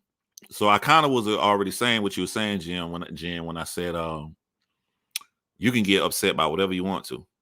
You know, there's no rules on what you can get upset about. You don't have to logic like that's illogical. You can get upset about something that's illogical. You can get upset about any fucking thing you want to. It's just how you react off of it. So because crazy people do crazy shit, I don't delete shit. I've seen the worst of the worst. If you text me 9 years ago, I still got that fucking text message. I done seen people try to, and look at how they do you on YouTube. If you don't say something, if you can't prove something, you're guilty. You're guilty. So I keep every fucking thing. What did he say? He wrote a love song to me, and everybody like, oh, John, what? That's some weird, that's some little boy shit. Nigga older than me acting like a kid. I got the song. I played the song. I keep every fucking thing. Anybody gonna lie on me and say shit? And he didn't tell me this, and he broke my heart. That's a motherfucking lie. Let me pull up all of our texts right here. I'm not gonna even show the text message. I'm gonna screen record this so they can show me flicking up and down and see that this is real. Because we live in the crazy world. You got to protect your motherfucking self. You gotta adapt with the world that you live in. I don't delete shit. Motherfucker be talking that shit thinking that I don't see the video. He deleted it. I'm gonna make up a lie. Nah, that bitch was on private. Let me unprivate it. Let me play your clip of you lying. Let me show what happened. That's not.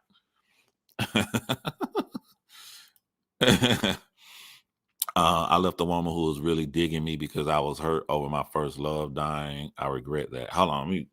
I left the woman who was digging me because I was hurt over my first love dying. I regretted that. That first of all, I'm sorry that happened to you, William Money. That sort of happened to me. Other than the new girl who I went out with, this probably the second. Y'all remember I was going off on Angel in my kitchen and I was getting a text message while I was live. So that girl who I was smitten by, when I was live. I was y'all was being silly. I asked the audience. I said, "What should I reply to her in the text message?" That girl there, sh- her ex, the father of her kids, he died. He's dead. And she was straight up. She was just like, certain guys can't accept the fact or they leave if she had dating issues because like sometimes she'll go and randomly cry about the father of her kids dying. He died recently. I think he died like maybe 2 years ago or a year ago, something 2 years or 1 year ago, whatever. But she was like, it's a hard pill to swallow. She would break it down to me. And I told her, I was like, that's your life. That's a part of you from now on. So if they can't accept that, then they saying that they can't accept you uh right now. When you care about somebody, the way you care about them, like if you cared about this girl who said this, you don't want her to hurt, but you can't stop that when it randomly happened. But you feel bad. You want to be there. Or if I'd have made it to the point that we really dating for real or some shit like that, I'm the type of dude that I would have went out to try to change the day or make the next day a better day. Like that's when you care about somebody. A lot of people care about only their feelings. You know, I don't I don't see a problem because you can't help if you heard of your if you heard over someone who had just died. You can't help that.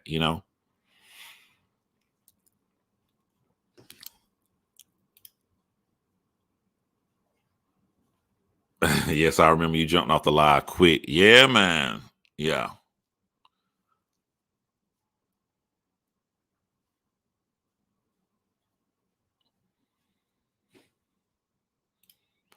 We are supposed to use our common sense when emotions rise. That's why so many people get hurt. The point to dating is finding the one who will not dare hurt you, hence dating the right way. Yeah. This is what I learned about dating, right?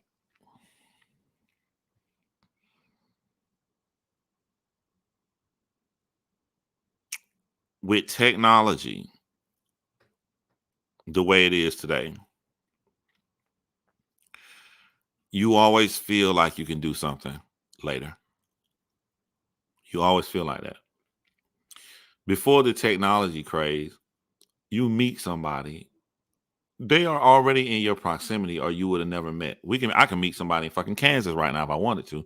But back then they lived up by you or they go to your job or something. It's in close proximity, so you know this person. So when y'all start talking to each other, y'all feel smitten, you eagerly want to see each other again. You eagerly, like back in the day, go that this portion of my life and trying to date is a priority. What I am learning about dating right now, with me being single again, I'm learning that you can really like somebody. You can really feel smitten and everything. Like ain't nothing wrong, did nothing bad happen. But due to technology, we have become so used to the life that we have now that even with really liking that person, you still put them on a back burner. And you may be upset, like if they like leave because you put them on the back burner or whatever. But even in you being a little upset, it's so minor. You be like, oh well, that didn't work out, and then you go to the next, to the next, to the next, to the next. It's like there's no real investment. There's no real. I'm going to make a change in my life to try to get to know this person. It's just like, well, I had all this stuff here planned. I was gonna go out with my girls that day. I was my fellas had a cigar opening event. It just all this stuff happened.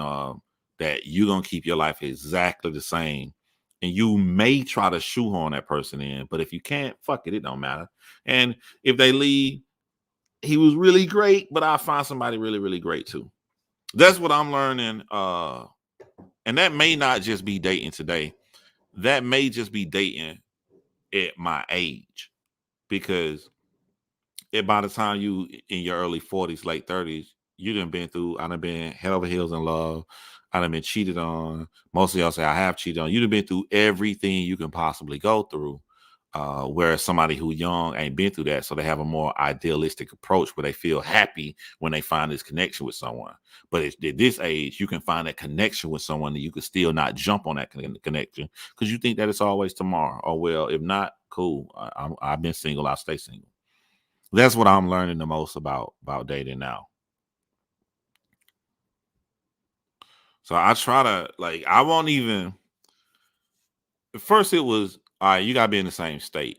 Then it was like you gotta be in the Atlanta metro area.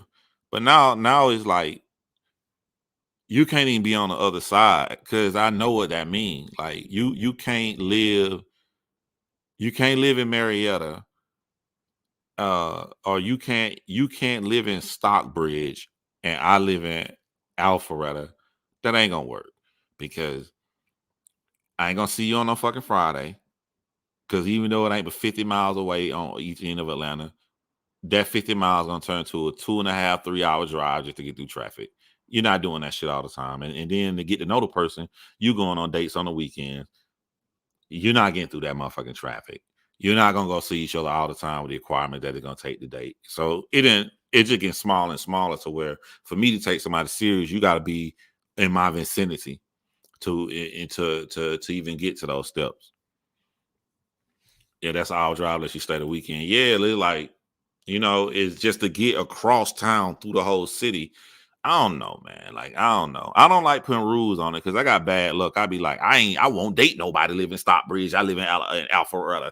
And then the motherfucking crazy girl I fall in love with a fair big feelings for live fucking 55 miles away. And y'all be like, John, I thought you said you weren't gonna do that. I prefer not to do that. I don't want to be in that situation. But I just know at our age, like we are really, really quick to put something on the back burner and always say that there's tomorrow. And then when by the time you look at your phone, you ain't talked to the motherfucker in 2.5 weeks. Ew, that's the wrong distraction. Hold my phone right. Somebody tried to distract me by holding a close-up picture of one of my haters. But next thing you know, you ain't talked to the person in 2.5, 3 weeks, and you in that awkward position to where you have no excuse of how you can text me like hi, and then it's over. Like it's over. You gotta go look for somebody else. They go look for somebody else, and then it's not a big deal. Be like, all right, well, it didn't work out. Let me find somebody else.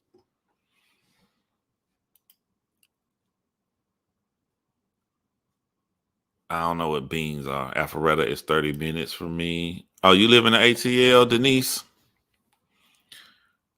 I drive an hour twice a week just to see my dad and clean up for him. I definitely would. I definitely would for a good man. That's what's up, Don. I would too. That's why I don't like rules. I just don't prefer it. I know that if I really like somebody and they live on the other side of Atlanta, we would make it work. I was just in Gwinnett yesterday. That's why I got my new dog from Gwinnett.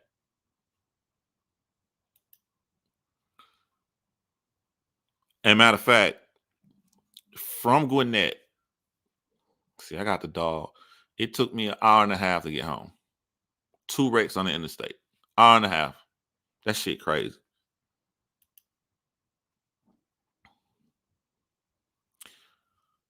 Yeah, I love Red Bean. I'm obsessed with New Orleans, man. Power Car John, what up, my boy? What's up? Power Car One. Matter of fact, it may be about time to take these dogs outside. Come here. Yeah, me. I'm talking to you.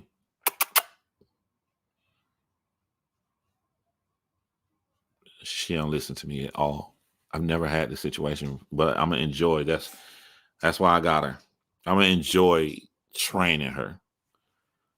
I needed something here, in between when I get my kids. So it's gonna be a little battle to train that dog. I'm making my black bean chili. a clean black sneakers. I can't make this shit up. I can prove it to you. That lady who told me who I met 11 o'clock at night on Tinder, and she told me about 1:30. She was like, I double dog dare you to drive to my house, be a teenager, live for once. That's how she tried to get me out there. We were talking about chili, and she like, I was telling her how much I love chili, and she like, that's exactly what I made tonight. This is how my true crime brain worked too. That could have been a robbery set up for all I know. You don't be knowing these people. That could have been a robbery set up.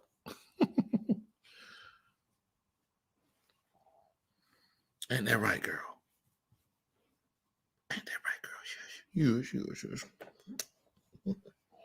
You ready to go outside again? I know you're ready to go outside again.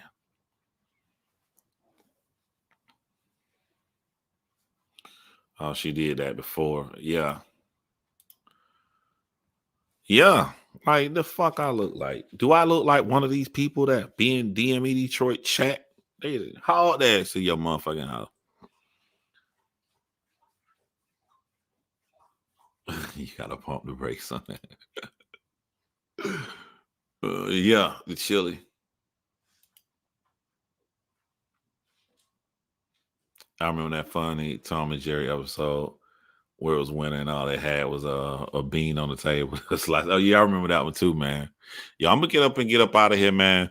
I got a lot of stuff I got planned today. Um, I got to record my portion of my podcast.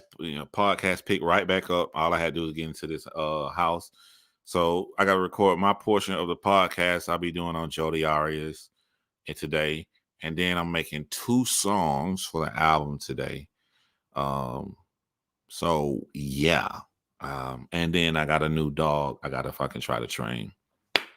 So y'all hold it down. I said I'm gonna do this every Sunday, but I got my kids every other weekend. So, but I'm gonna promise y'all, this is my promise to y'all. The No Smoke Live, we're gonna do at least at very minimum, we'll do 2 a week. We'll try to do 3 a week. Where I just pop in and we talk about anything, talk about stuff that's going on in the world, anything y'all want to talk about on these. But thank y'all for coming in, checking in with me with the first installment of the No Smoke Live. To anybody out there who having problems with quitting anything, don't let people lie to y'all and that is easy. It is not easy. It sucks. All I think about is alcohol because I was consistently having a drink. I wasn't having a lot of drinks. I would still have like a glass of wine.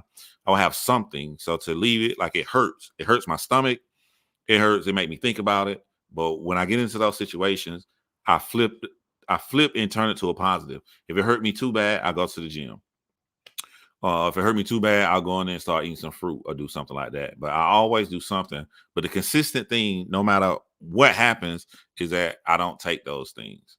And you live day by day and do it. So my fear is that when people tell y'all something easy and then it get hard for you, your brain start thinking, well, it's just easy for somebody else. I'm just ain't built that way. It just sucks. It hurts. So now that it hurt, I'm just gonna give in and go back to the thing I wanted to leave anyway. So I'm here to tell you that it does hurt. It does suck. The pain that you go through when you want to quit something, I'm going through it right now too. Everybody go through it. You know what I'm saying? You just got to grit your teeth and grind and get through it. And every day you wake up is another day that you didn't do it. So